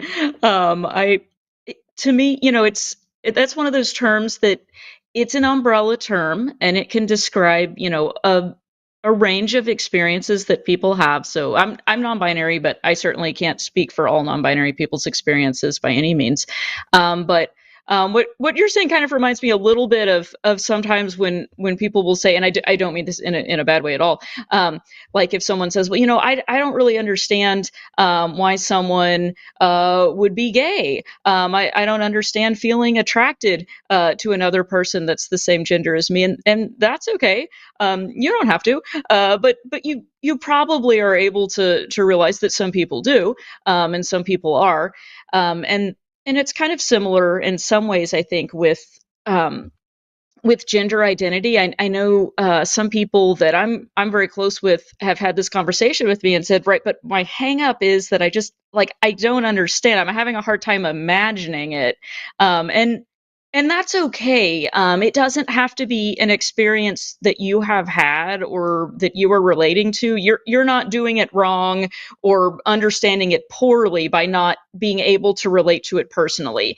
It's totally okay if it's something that feels unfamiliar to you or that you can't even imagine yourself kind of thinking or feeling that way. That's not a problem. It's okay.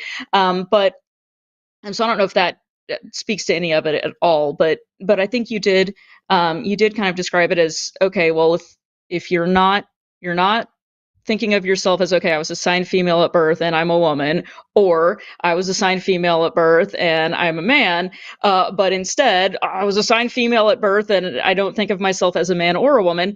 That is a good description for non-binary for a lot of people. It can also include some other things too, including like gender fluid and different things like that, or people that may think of themselves as more androgynous.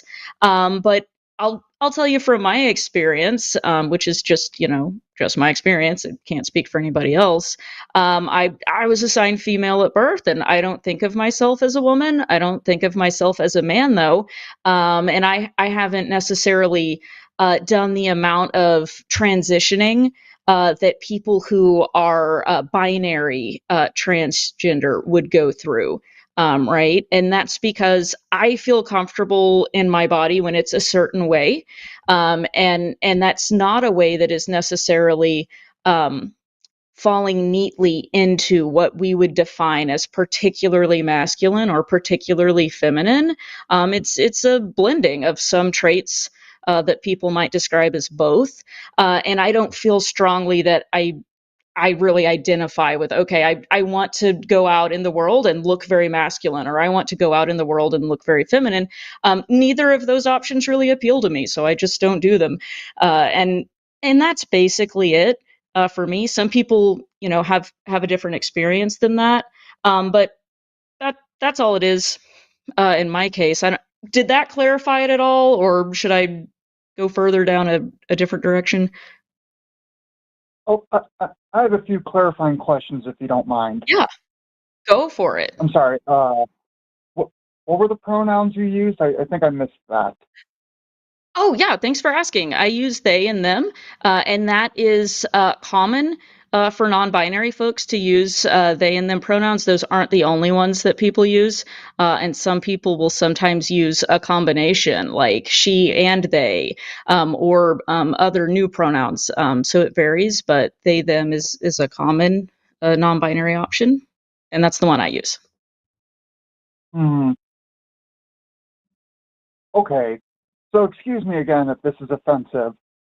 Why couldn't you No, just not at all. say, okay, why couldn't you just say, hey, I'm a woman, I'm just not very feminine, and if you say they, or, if I look really androgynous and if you mistake me for a man, that's not the end of the world.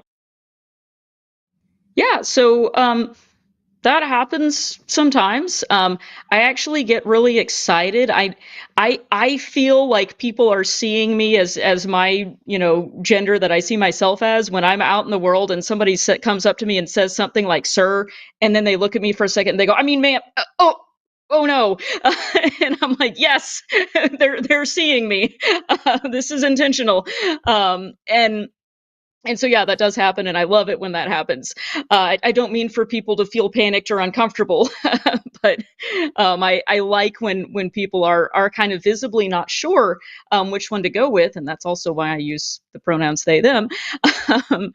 um, but to me, that goes back to a little bit. I don't know if you were listening to the show earlier on when we were talking with someone about kind of the difference between gender identity and gender expression.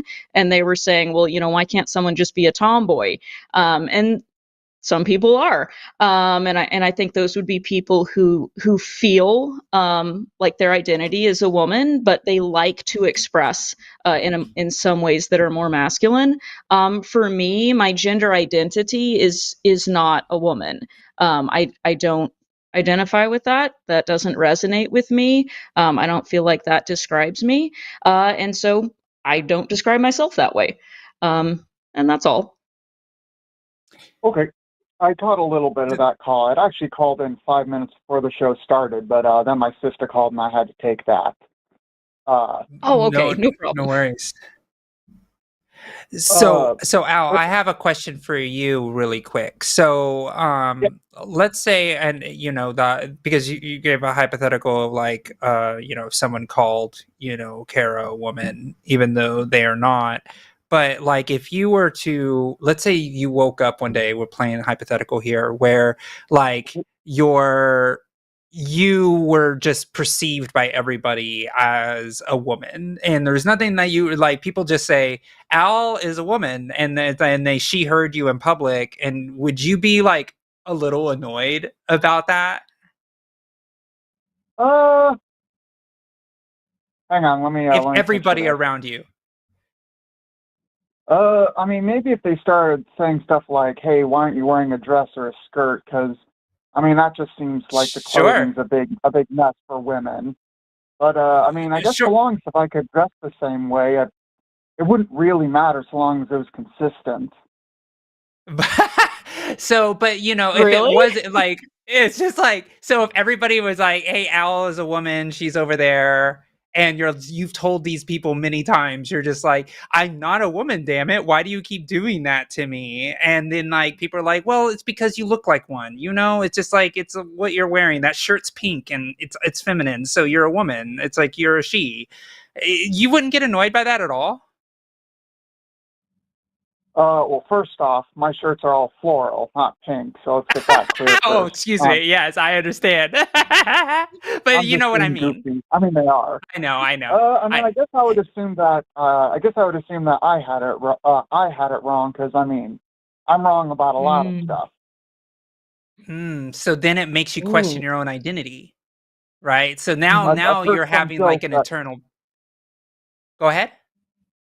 Oh, I was just going to share this joke I heard about that. It's the foolish man questions others' genders, the wise man her own.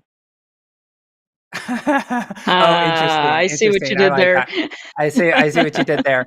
But I'll see that little bit of uncomfortableness of like, wait, am I wrong? What is going on? Like Mhm. that is what we're getting at, right? It's the idea that I don't want to speak for a non-binary person as a non-binary person sitting next to me, online Go for it. anyway. It's the fact that that little bit of like, oh, that little ow, like that little, hey, that's wrong. Oh, am I wrong? That's uncomfortable. So a non-binary person it's just like that for the scenario that we placed. It's like just respect the person on how they're asking to be referred to as, and that's why it doesn't work with being like, oh, you're just a masculine woman, or you're just an effeminate man. It shouldn't bother you. But the easy thing I could say is it shouldn't bother you if somebody were to continually say you're a woman, or to say either, or to not name you. They're like, I don't like Al, you're Albert.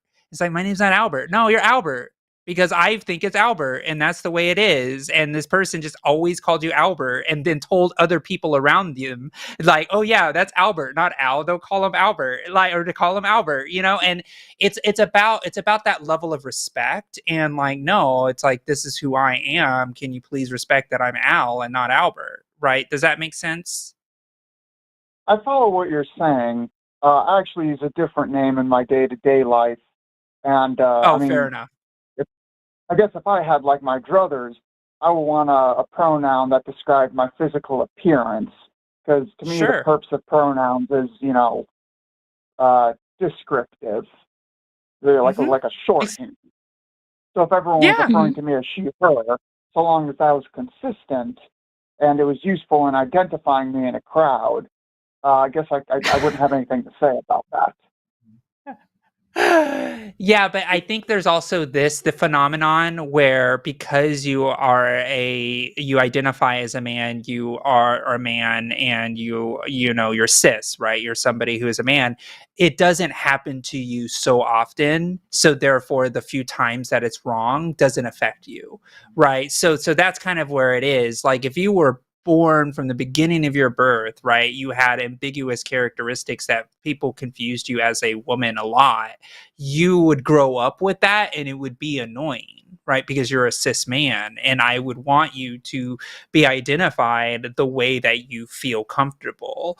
And so I think that's another thing to think about, is like, in this scenario, it's hard to do the hypothetical of like everybody. That's why it's a hypothetical. If everybody around you automatically started gendering you she, her, it's never going to happen that way for you, because that's just the way it is. So that's kind of why it's like the empathetic like ask of like, if this were to happen to you, wouldn't it be annoying? And that's how I look at it with a non-binary human, is it must be incredibly annoying, the fact that you're always having to correct people on the pronouns. Me as a binary trans woman, I don't get he, him, or they, them a lot. So for me, I'm lucky. I have the privilege of having that happen. But for a non-binary person, it must be horrific. Like, that's at least how I think about it. Yeah, Well, you're it's probably right it's an then. exciting moment if someone like genders me correctly, like someone that I've met for the first time and haven't shared my pronouns with, and they call me them. I'm like, yes, either they have seen me as my true self, or they weren't sure, and they chose a gender neutral option to be polite. In either case, I'm like, yes, I feel affirmed. This is great. And yeah, it is nice to be seen by other people in the manner that is consistent with the way that you see yourself and you think about yourself. And I do think, Al, that your point about pronouns being kind of a shorthand, for a much larger concept, is accurate. And based on the pronouns that we use for someone, that tells us a little bit about their gender identity usually. And that informs a lot of the ways that other people are going to interact with you. And we don't necessarily always think about that until we're kind of in a situation where people might be doing it wrong. And I say wrong meaning interacting with you as if you're a different gender than what you are. And you notice that it seeps into almost every part of every interaction that you have, from the ways that people will greet you, the ways that people will joke with you, how close to you people will stand, whether or not they feel like they're being threatening to you or they're being friendly towards you, whether they're going to be respectful to you in certain situations or disrespectful to you in certain situations. The types of ways that even your friends and loved ones interact with you, the way someone picks out a gift for you. And that's not to say that everyone is walking around with this very strict script of I treat all the people of this gender this exact same way. And of course not, everyone is an individual. But it does function as a little bit of a shorthand, and it does inform our interactions and our experiences with other people. And it does feel good to be seen by other people and interacted with by other people in a way that matches the way that you see yourself and the way that you want to be interacting with other people. Does that make sense? Yeah, I think I follow what you're saying. It's not really intuitive for me, but I mean, what do I know? Well, that's very honest for you to say, of the fact that it's not intuitive. And that look, I also had to understand non-binary people the first time that I was presented with a non-binary person. It happens, and English is my second language, right? I spoke Spanish before, and everything was incredibly binarily gendered, including like the table. It's like, it's la mesa. Okay, I didn't know I was La offending mesa. the table. Right, like, but so I had to learn. And here's something that maybe will help you kind of think about non-binary and how you use it in your everyday life in an intuitive way. So let's say someone left their backpack and you didn't know whose backpack it was. And you were to like, hey, Oh, somebody left their I'm sorry. backpack Can I here. interrupt you? Yeah, for sure. I'm sorry about that. I totally get like the they them where the gender is unknown. Oh, That okay. doesn't bother me Sure. at all. What do I care? Okay, cool. Um, Right. All right. So it's so more that's like why it's like, go ahead. oh, again, I'm sorry for No, interrupting. no, it's Uh, okay. Go ahead and clarify. oh, what was hanging me up is because I like to think I'm a good skeptic kind of fella. Is if I were to wake up, what steps would I have to take to make sure I am not non-binary, or that I am what's the opposite of non-binary? Binary. Binary. Okay, Like, okay, yeah. like what's a checklist I could go down to check that sort of thing? And that's not what I've been able to find. Well, Like, what's your sexual orientation? oh, I consider myself bi. Okay, so you're bi. So Sure. do you do a checklist every day to figure out if you're bi or not? Uh, no, although I did go through a bit of a week when I realized, hey, most straight men probably don't watch this much gay stuff. Exactly, right? And it's the same thing with people who are trans or non-binary as well. It's like, I don't think about gender this much, right? It's like the idea that before I came out as trans, one of the questions that I asked myself is, do cis people obsess about what gender they are all the time? So for me, it was like, wow, I've been wishing I was a girl since 8 years old. I wonder how many cis people wish they were a girl if they're a cis man. And it's not very many, in fact, zero. And so that's the type of question that I ask myself. So it's the same for any trans person, anybody who obsesses about gender all the time, about, am I the right gender? Am I not? Am I not? Am I right gender? Am I not? Am I right? That's probably that's a very trans thing to do. is to think about gender more than, a couple times a lifetime. So that's kind of the same way with the sexuality thing. It's like, I am bi as well. And it took me a second to figure out that I was bi. But once I figured it out, I was like, yeah, I'm bi. I don't think about being straight. I don't think about being gay. I think about, or being a lesbian. I just think about being bi. I just am bi. I don't think about it. It just is what it is. And so that's kind of the same thing with people who are non-binary, people who are trans, people who are cis. You just don't think about it that often. It just is the state of mind that you are in. Does that make sense? I think I follow what you're saying. I mean, for me, I just like to, know stuff and be able to determine what something is. And so when I hear a term, you get it. Yeah, I do. Because guess what? As a trans woman, I have no idea what it's like to be a non-binary person.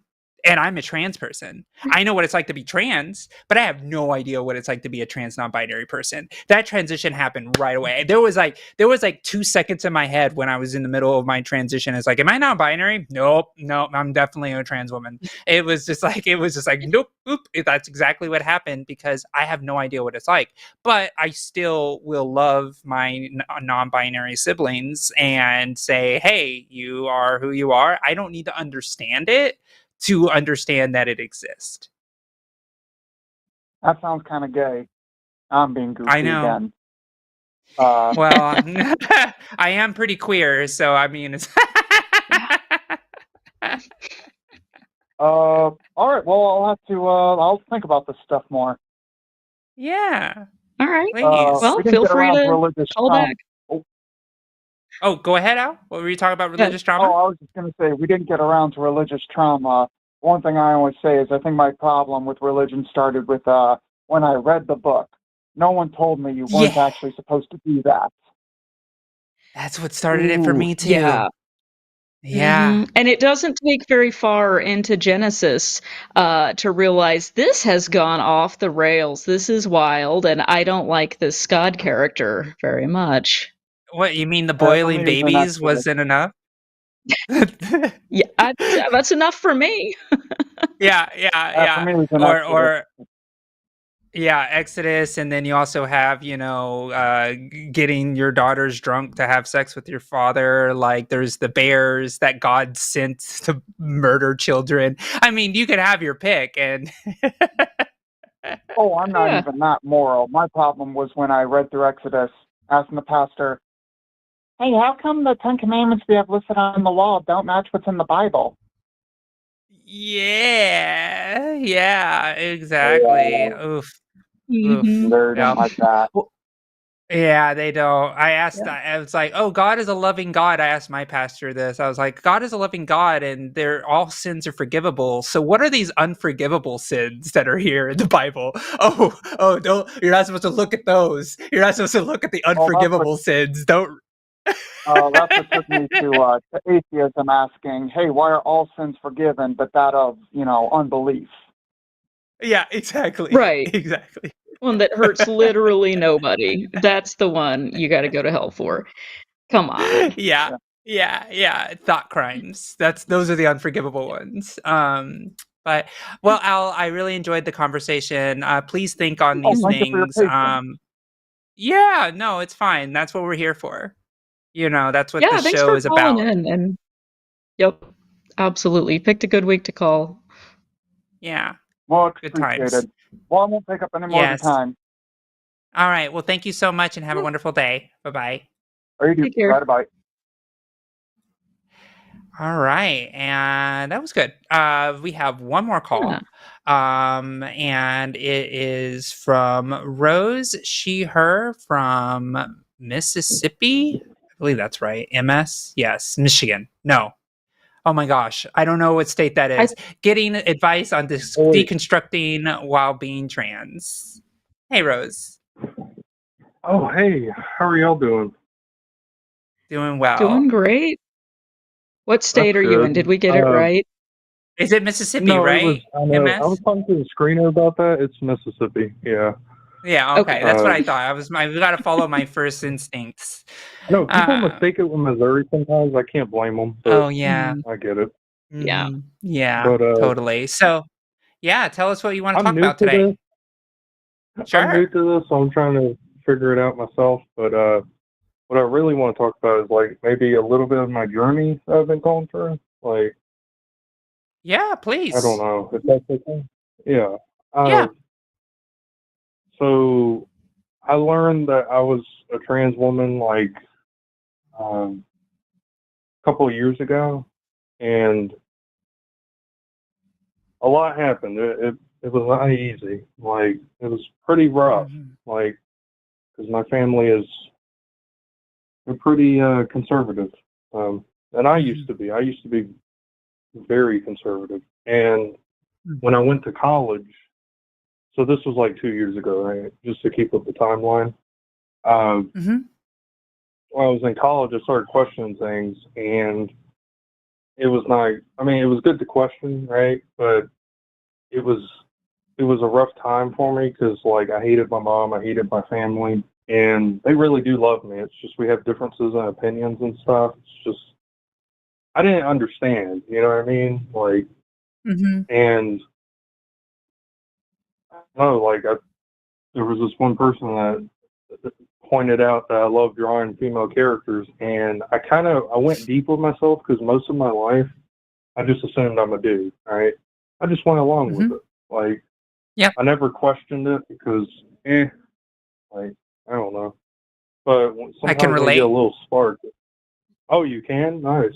Uh, Yeah, I can relate. yeah. And thank y'all. I really, so nervous, but excited too. It's like a mix of both. But, Yeah, for uh, sure. You're doing great.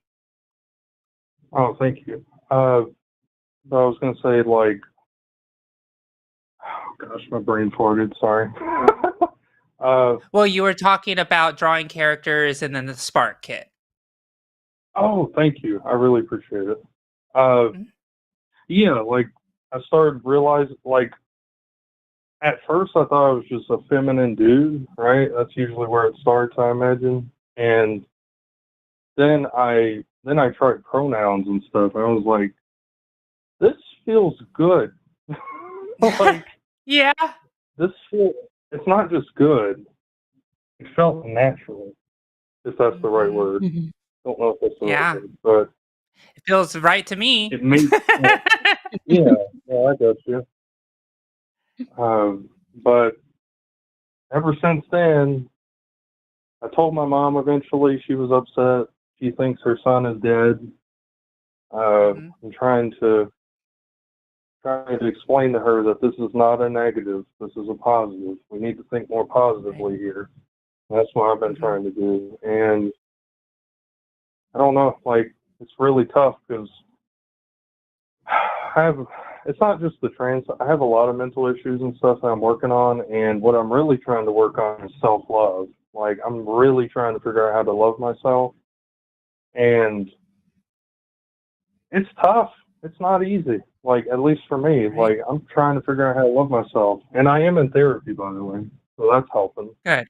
which is good. Good. But the guy's very supportive, which is also good. But I don't know. It's like, because there was one thing my mom said.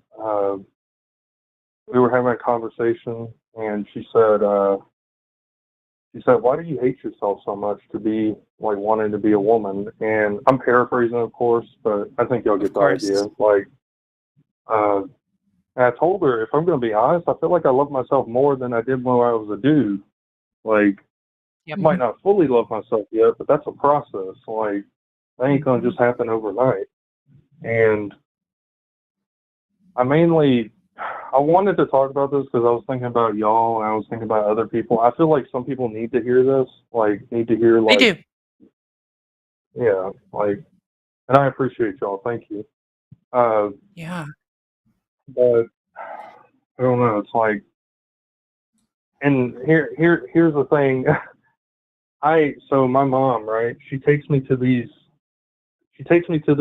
I wouldn't say I guess they're pride events, yeah, but they're not like they're every Saturday of the last month, which sucks in my opinion because I wish they were every week. But Yeah. because I would need that. But I gotta go to church with her every Sunday. I'm like, oh, you know what's even worse? The church is very conservative. My Yeah. spidey sense was going off when I went in there. Like, I could feel something was wrong. I could feel something that was, and I didn't just feel it. I did some research after that feeling, and I looked into them, and they're very traditional, which is not compatible with me. Yeah, Right. like I'm very. I get it. Yeah, it's just same experience. It was not compatible. Yeah, like the pastor's nice. Don't get me wrong. I give him a hug because I love humans, right? I love everybody, but well, there's certain people I don't love, but you get what I mean. I do. But if he knew who I truly was, would he still act that way? I don't know. That's the scary part. Like, yeah, it's like I gotta cosplay as a dude. Like it's that's hard. Yeah. It's like I don't know. And just I love everybody. I love y'all too. No worries. Oh, well, I appreciate it. Well, yeah, I love your name. It's my middle name. I am a Josie Rose. Yeah, it's a good name choice. I'm just saying, you picked a good one. Anyways, not that I'm biased. Well, girl, this is tough, right? I also grew up in conservative Texas. I have a biological father who now lives in Florida. He also says that he has a dead son. So I totally get it and understand. And it's really, really, really, really hard. That's a very real thing. My mother, I have a great relationship with my mother now, but for about a year and a half, it was a little hard. It was hard. She still had a lot of trouble like trying to gender me correctly, and it took a minute of time. And that's one thing that's really hard about the fact that when you have parents that are like very like single tracked on the way that this goes, it really takes a lot of patience, and it sucks. It takes a lot of patience on your end for your parent to understand. And it's interesting because you said something that really made me resonate too, about my mother being upset and saying, why couldn't you just be a gay man? She said something like that. Or why can't you just be feminine? Yeah, right. So, girl, we're on the same wavelength, all right? Like we're very similar in a lot of ways. I also transitioned at 34 years old, right? So I am a late transitioner. So my mother started to come around to it when I told her this. I was like, I've never been happy before until I started to be the person that I am as Josie. And when I literally told her that, she understood at that moment. She's like, wait, you've never been happy? I'm like, no, I never have been happy. I get close. Like if I was sitting on a mountaintop and kind of like in a meditative state and things like that, I would be like, oh, I have a sense of euphoria of being on the mountain because nobody's around and it's just me and it's just nature as it is. But that wasn't like true happiness. That was just me coping, right, with the reality that I wasn't happy. And it wasn't until I came out as who I am and had those conversations with my mother, and then she started to see that I smiled a lot more. And there's a, unfortunately for some of our parents, we have this like prove to me that this is the right decision for you. And from my mother's point of view, yeah, I know it's wild, right? Prove to me that you're actually happy. But my mother, the way that she kind of couched it, and I love my mother. We have a great relationship, and it's fine now.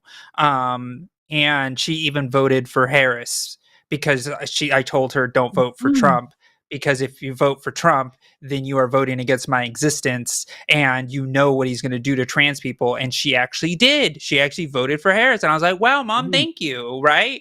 Even though she didn't agree with what yeah, right. So it took me a long time. Okay, we're talking about like 6 years or 5 years of really Yeah. hard work and conversations. But at the when it comes down to it, it's one of those situations where the way my mother felt was she was afraid that my life wasn't going to be good because she knew Uh, that the world was deeply transphobic. She knew that my life would be harder as a trans woman just because society. So for her, her transphobia, her seed came from, I want you to have a good life. I don't want you to be abused because you're trans, right? And it took a long Same with my time for mom. my mother. Yeah, there you go, right? So even though there's transphobia and hurt there, it may stem from a good place, right? I hate saying it, right? She's transphobic because she loves you is a really shitty thing to say, and I No, don't mean it that way, but I think you understand what I it's mean, right? complicated. It's very complicated, right? It's like because it's like this I'm idealized human. image. Yeah, right. It's this idealized image of what your parents want you to be, and anything outside of their want is not happiness, right? And there's a Yeah. lot of ego inside of that. That's a lot of brokenness inside of that, and Or, and it takes time and patience. But go on. yeah. I said a lot. I would love to hear some Oh, of it's your okay. response. Oh, Josie, by the way, when I first saw you doing videos, I always thought you were beautiful. So, biggest Oh, compliment. thank you. I appreciate you. No I'm sure problem. you're beautiful too. You are. You know it too. It's Thank fine. you. I know it's hard when you're trying to love yourself, but girl, like you Yeah. being fully yourself is more attractive than anything that you were before. And Yeah. because if that radiates the confidence, it radiates the smile is more real, your eyes are more authentic. It's like you are much more attractive when you start authentically being yourself. People don't want to be with people who are not sure about themselves, right? so True. so that is a very real thing. Can It's I not overnight you're can going to I love mention yourself, but something? you're going to. Yeah, go ahead. Oh, forgive me. It's just No, go ahead, uh please. oh, sorry. It's all good. Thank you. And thank you too, Cara, for listening. But Yeah, yeah. Sorry, I didn't have more to add in there. Josie was killing it. But yeah, good. I appreciate that you called in, and I can definitely relate to this experience, y'all, from the non-binary perspective. I've had these same conversations too, and it's just like, well, why can't you choose to do something else? Well, I'm not choosing this. This is just the way I am. There's not a Yeah, for different real. choice. And I think helping people to understand that you didn't just come up with this scheme to make their life difficult and your life difficult for no reason. This has always been the Yeah. way it is. We're just talking about it openly now. I don't know if that will help in your situation at all. Um, No, but I I really hope that appreciate the things you said because I have been listening to the other calls, and it's helping me. So thank you. Like, Yeah. good. um, Glad to hear it. I was going to mention something that's very important for the context. Why a layer of my struggle. My dad, he passed away a year ago, and Hmm. try not to get I'm emotional. sorry. I'm sorry to hear that. Yeah. He thought it was just a phase, and Oh. he it hurts because sorry. No No, you I don't have to apologies. apologize. Emotions apologize. are real. Yeah. Wait, They're what'd you say? real I'm and they're sorry. valid. Repeat that for me. Forgive me. Oh, Your I feelings are just said real that and valid. it's valid. Oh, You don't have real to oh, apologize thank you. for it. Yeah, Oh, thank you. Sorry if I can't hear you. Uh, that's okay. but essentially, one of the things I think about, there's a part of me that's like, am I dishonoring him? Mm. And I really think about that because you know what's crazy? Like I felt like before he passed away, I felt like we were doing so good. Like Mm. it was the best we've ever done. And when he passed away, that felt like a sick joke. Like, oh, we're doing better. Oh, now he dies. Like, Yeah. I mean, it just, I don't know. It's like I had an image in my head. Oh God, this is gonna make me cry. But Go for it. Okay. okay, I'll I've talk cried to on you. this show on camera, so no worries. Yes. If somebody on camera cries, that will make me cry too, so just get ready.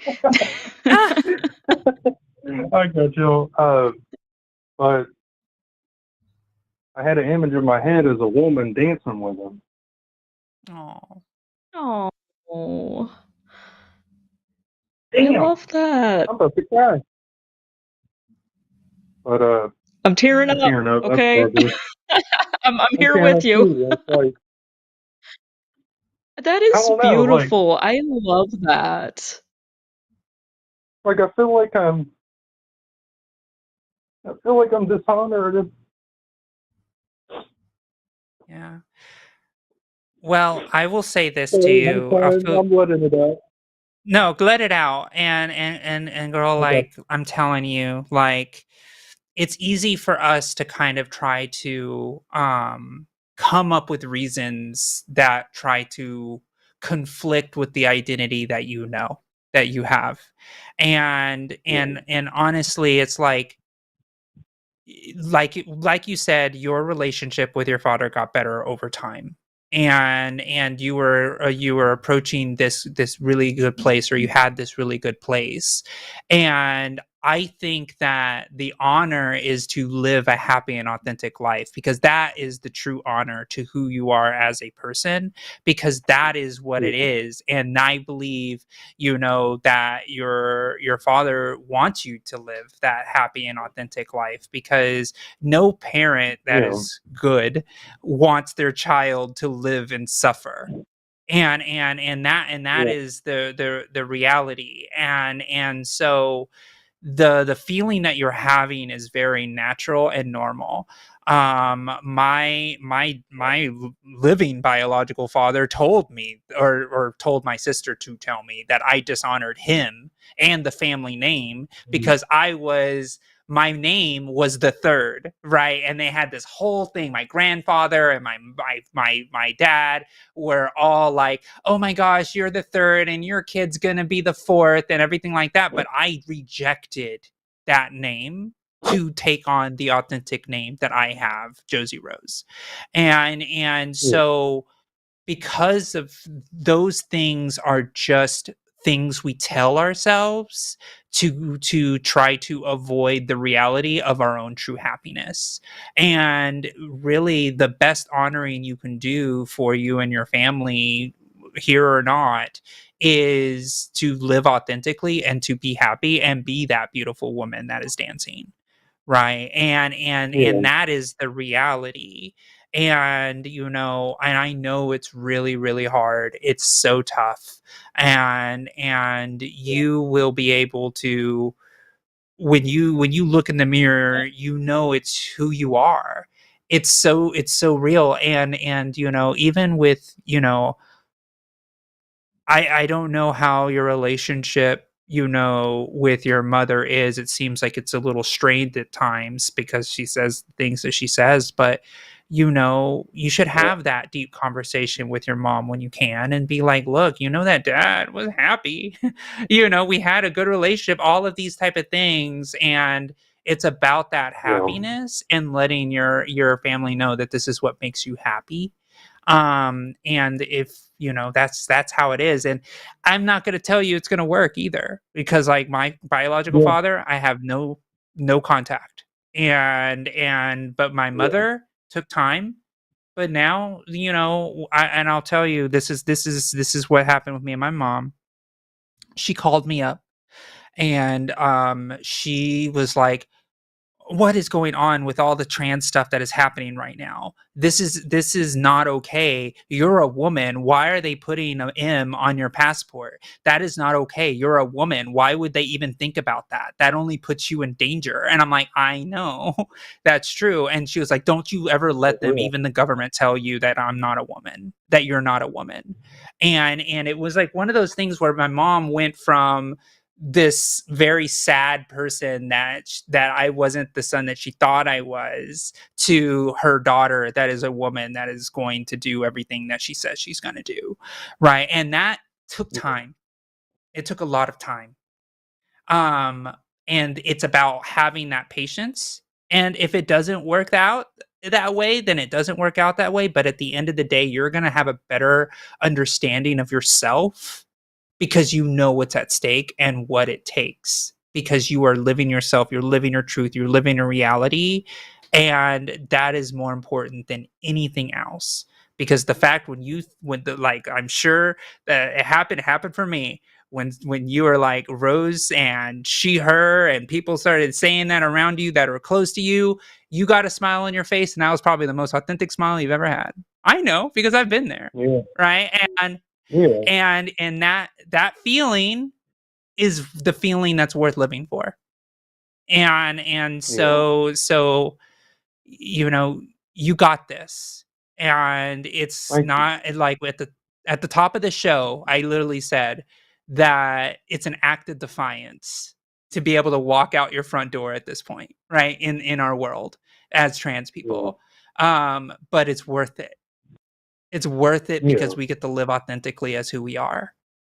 And nothing can take that away from you. Can I bring something into context? I'm sorry. Sure. Sure, please. There's a lot of context. I might not be able to get it at all, but that's okay. Like, I'm still dependent on family, even though I'm 22. Like, I am struggling. I'm still trying. Look, I still don't know how to tie my shoes properly. Like, I'm still learning. Like, and it's rough because I depend on my mom. You know what I mean? I depend on my family, and it's like that makes it much worse because I can't just go out and do what I want. Like, it's like not yet. I hope one day. I think that's what we should. I don't know. Yeah. Just and I'll check out that what is it called? Recovering from Religion website. You gotta check that out. Yes. Please do. Recovering from Religion. And if you ever need somebody to talk to about something that's going on, like we mentioned earlier in the show, we have helpline agents that are ready to pick up the phone or to chat with you online about what's going on and maybe point you to a resource that may be helpful, a blog or a video or a book or an article that's talking about, maybe something that you're going through or something encouraging that you can look at and not feel like, okay, here I am, the only person in the world all alone, dealing with this. You're not. Yeah. And there are resources that you can access. And I mean, you've described a really tough situation. And, we always advise people in cases like that, you do have to make the decision that's the best for your situation based on your own circumstances. And only you can decide that. I will say, though, this idea of it would be, dishonoring to your father or something like that. I hear that, and I think if that's something that someone else has told you, that sounds like a guilt trip to me.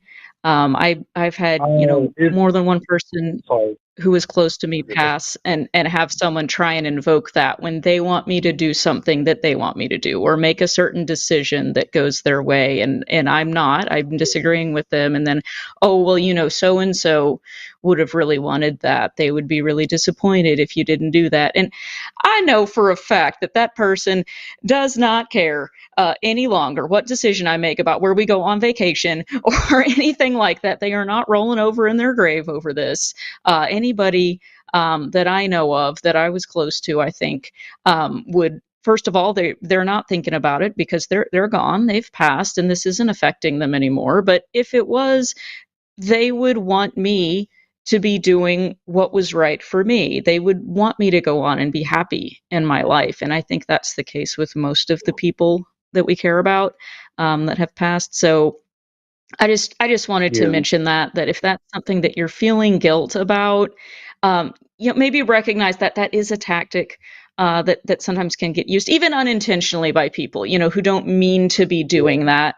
But it's pulling on your heartstrings to get you to make a certain decision, and that's not your job. It's not your job to satisfy people who have passed.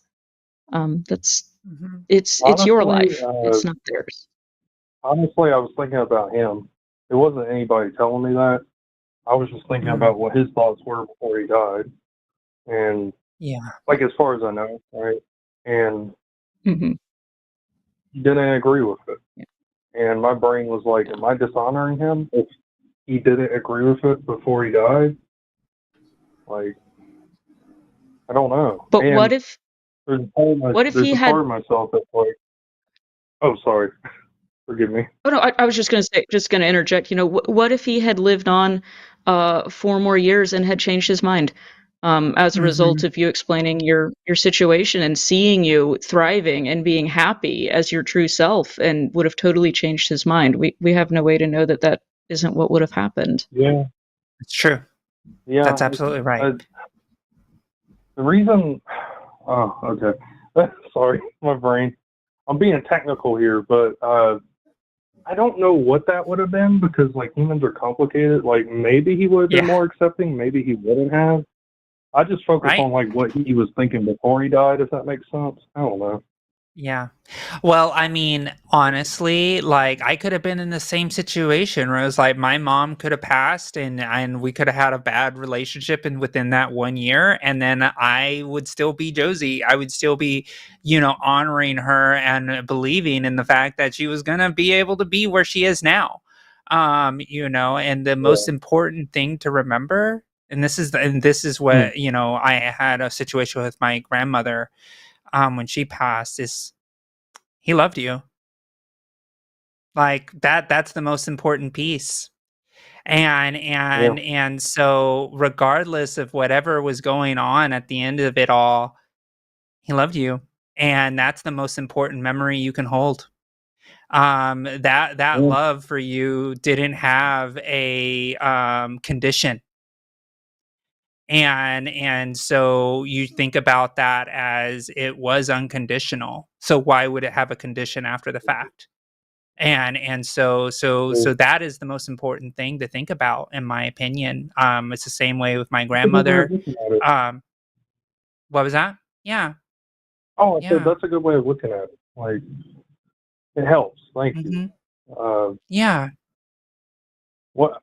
There was one yeah. more thing, if that's okay. Uh, Yeah, please. my And brain. then after I that, have we'll so have much. to close up. No, it's fine. And Oh, you can okay, that's always call fine. again. The audience is just shedding all the love for you right now. So yeah, Oh, go they ahead are. All right. and Tell oh them I yeah, said thank they you. love I don't you. know. They hear me. Yeah. Oh, you They tell them hear me. thank I'm you. They sorry. hear you. No, thank y'all. I really appreciate it. Yeah. I was gonna. I'm not gonna go into detail, but I think it's very inspiring. I want to end off on an inspiring note. Sure. Uh, my role model is not a real character, but my role model is Kratos from God of War, and the reason he's my Okay. role model is because I didn't. I used to make mistakes, right? We all have. We're not perfect, of Mhm. course, and he did some horrible shit, like in the story. Like he did horrible things, but what really inspires me is when he chose to change, when he chose to be better. And that's so inspiring to me because like he's a god, right? Like even a god can Mhm. change and be better, like in that story. And Mhm. that really impacted me. It really showed me that I can change. I can be better. I can choose to love people the way they're supposed to be loved.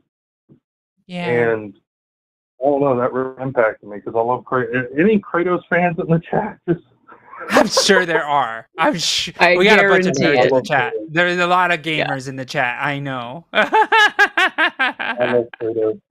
He's just I Yeah. like I watched the whole video about his story and stuff, and it really impacted me. 'Cause Yeah. I haven't done things he did. I haven't killed people, right? But uh, but he did horrible things, but he was able to change. And I don't know. Yeah. When I was younger, people used to say I had an old soul because when I talk to people, I talked to the elderly when I was like 6, and I related to them Yeah. more than the children. And it's like Yeah. maybe that's why I like Kratos so much because he's old, but he is wise. He is what represents to Yeah. be better. And he's not even a real person. Yeah. And I think that's awesome. Like, but Yeah.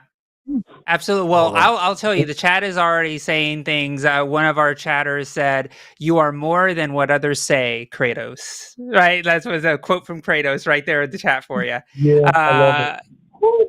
You know, and you know, find literature, get lost in literature, and it's important. It's a good way to kind of like, you know, escape in a lot of ways. If like, you know, it's such a very queer thing to do is to get involved in a character or storyline, and you know, just kind of teleport yourself into that space to help you cope. And so, you know, I just want to say thank you, Rose, for calling in and sharing yourself. I know it's hard, and it is, you know, can be a little nerve wracking as, you know, you're talking to folks. I mean, you're talking to two people and we're only talking to you. Right? So I really appreciate your courage and your passion about sharing your story, because I'll tell you, your story helps so many people who are watching right now, especially since you're in Mississippi, especially that, you know, there was a person calling from another rural area earlier talking about their partner having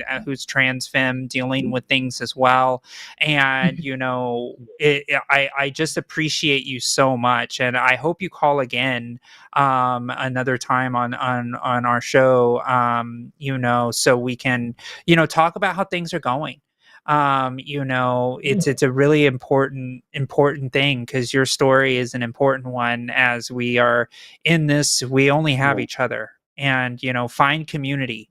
That's really, really important, because sometimes when you're in situations where you're kind of supported by people who maybe not as affirming as you would like, it's important to be able to find community, be it online or find it in community centers that are close by, that have people who are like-minded, that are going to be able to support you and be there for you, is really, really incredibly important to be able to have with you. And keep your head up.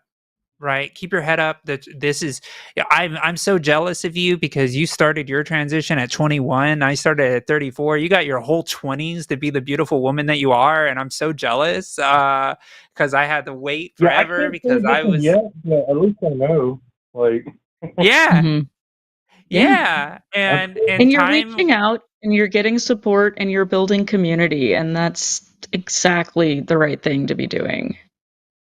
yeah. Absolutely. I just wanted Well, to mention Rose, we're gonna something. Just yeah, go ahead, out of respect, please. just real fast. Mhm. Car, you look Yeah. awesome too. I didn't want to just give Rosie all the glory.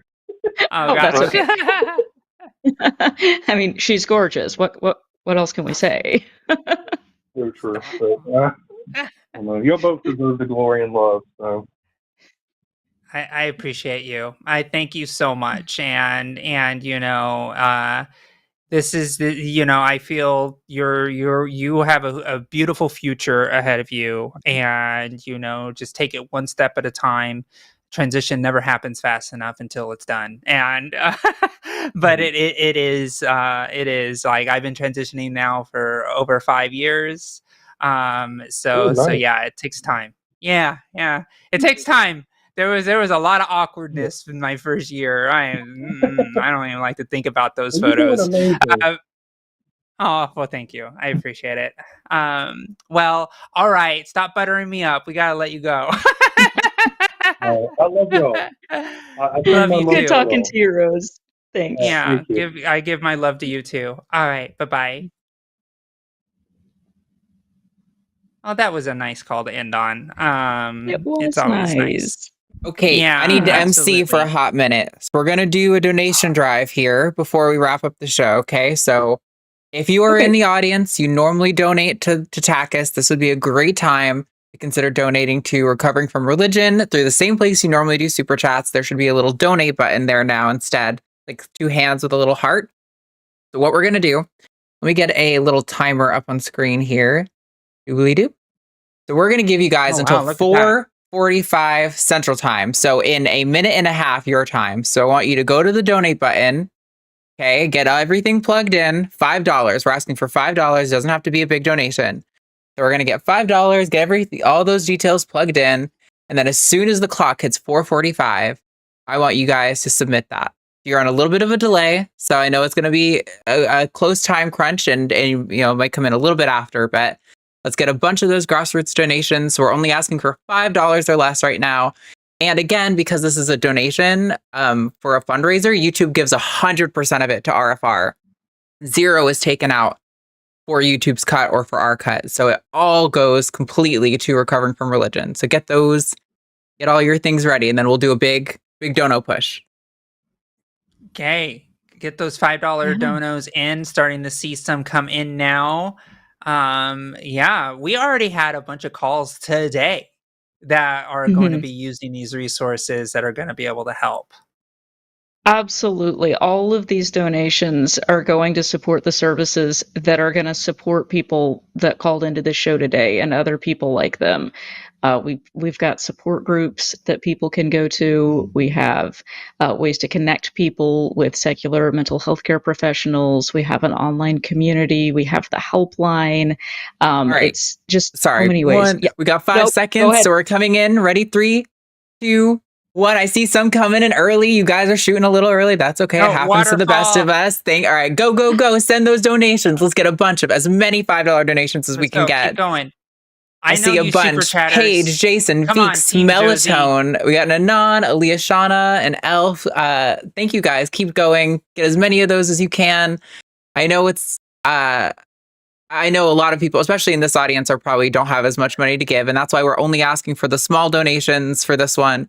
Oh wow, June! Thank you so much for the $20 dono, Dana. Yay! Somewhere something. Thank you, Funk. Yeah, Unstillborn. Yeah, SCJ. Yeah, I see you, Team Josie people in there. Come on, you better get in there. All right, Kyle Gomez. Thank you so much. $20. Big donos coming in. See, this is what we're doing instead of super chats today. All right? Yes. Keep them coming. This is the best show, and this show has the best fans and audience there. I said it. It's true. You heard it on the internet. Y'all are awesome. It's because of all the Team Josie people. We'll keep it rolling for the dono flood until let's say until the hit like 4:48, I guess. So we'll give you guys a whole other minute to kind of get those last ones in case. I know sometimes there are card processing issues because YouTube is weird. So we'll give you guys just another minute and a half to get those through, and then we'll wrap it up and we'll send you all over to Matt's stream. Matt is live right now, and we'll send you there after. Yeah. No silly debate today. I'm sorry, Shower Songs. There's no competition thing today. No punishment debate. I mean, no, it's fine. Team Josie wins. That's okay. Sorry, Kara. You can be honorary Team Josie. Wow. All right, I mean, is that an evidence-based claim, or where did that come from? No, Josie likes to talk out of her ass a lot. It's evidence. This is truly verified. It's from the book of Josie. Another one from Melatonin Ale. Thank you so much. And Fuzzy Logic, 100 pounds. Thank you. Amazing. Thank you. You guys are so generous. Thank you so much. Yeah. Yeah. Don't you know that the book of Josie says that Team Josie is the best because the book of Josie said so. It's evidence. Right. And how could it say anything else? I mean, we would be suspicious if it didn't say that, in fact. We've got 30 seconds left. Another $8 will take us to 6,500 currently out of our goal. So if we can get another $8 in the next 15 seconds, I would love to see it. Do it for Team Kara. Ooh, we got 5 from Joshua. Please, thank you. Come on, one more. Somebody vote for me. Team Kara. Let's go, Team Kara. Let's go. We got some Team Karas in the chat. Yeah, there we go. Yes, there we go. All right. We hit 4:48, so we'll start. I'll let you guys do your wrap up, and then we'll send you over to Matt. Thank you guys so much. We appreciate your generosity. Seriously. Yeah, thank you so it much, was everyone. amazing. You're all incredible. Thank you, Joshua. Thank you, all of you who donated and dealing with the Team Josie nonsense, because that's what it is. But it's winning nonsense. Just remember that, everybody. I don't know. I remain unconvinced. Oh, yeah. Well, normally on the show, what we do is we have Team Josie and then the other host, whoever it is, Team Arden. And then at the end of the show, people do super chats and we read them and then we score them. And then we do a silly debate on whoever loses. So it's a Yeah. lot of fun. Well, Yeah. and I'm just noticing that instead of putting our names with the super chats, the donations are just going to recovering from religion. And I'm Yeah. the only one of us that's wearing a shirt that says that. So True. I You win. I feel like I won. I don't You know. definitely won. Yeah, it's true. It's true. You did definitely win. That is facts and logic. Oh yeah. Oh yeah. But no, people who are recovering from religion that need to access those services are the ones who won. This is just so fantastic, and it is truly making a difference in people's lives. All of these donations help with that. So definitely It really appreciate does. everybody's It generosity. helps so many people. It helps so many people, and this is why we do this. This is why we do this annual fundraiser, to make sure that we actually get this support for people who need it. And as you can tell, all of us queers, we need it a lot. We need all the help we can get. Yes. Great. Well, Arden, are we supposed to do a closeout with the music, or how are you doing it? Yep. Are you just flipping us over? I was just waiting for you to give a little cue, but I'll take that as the cue.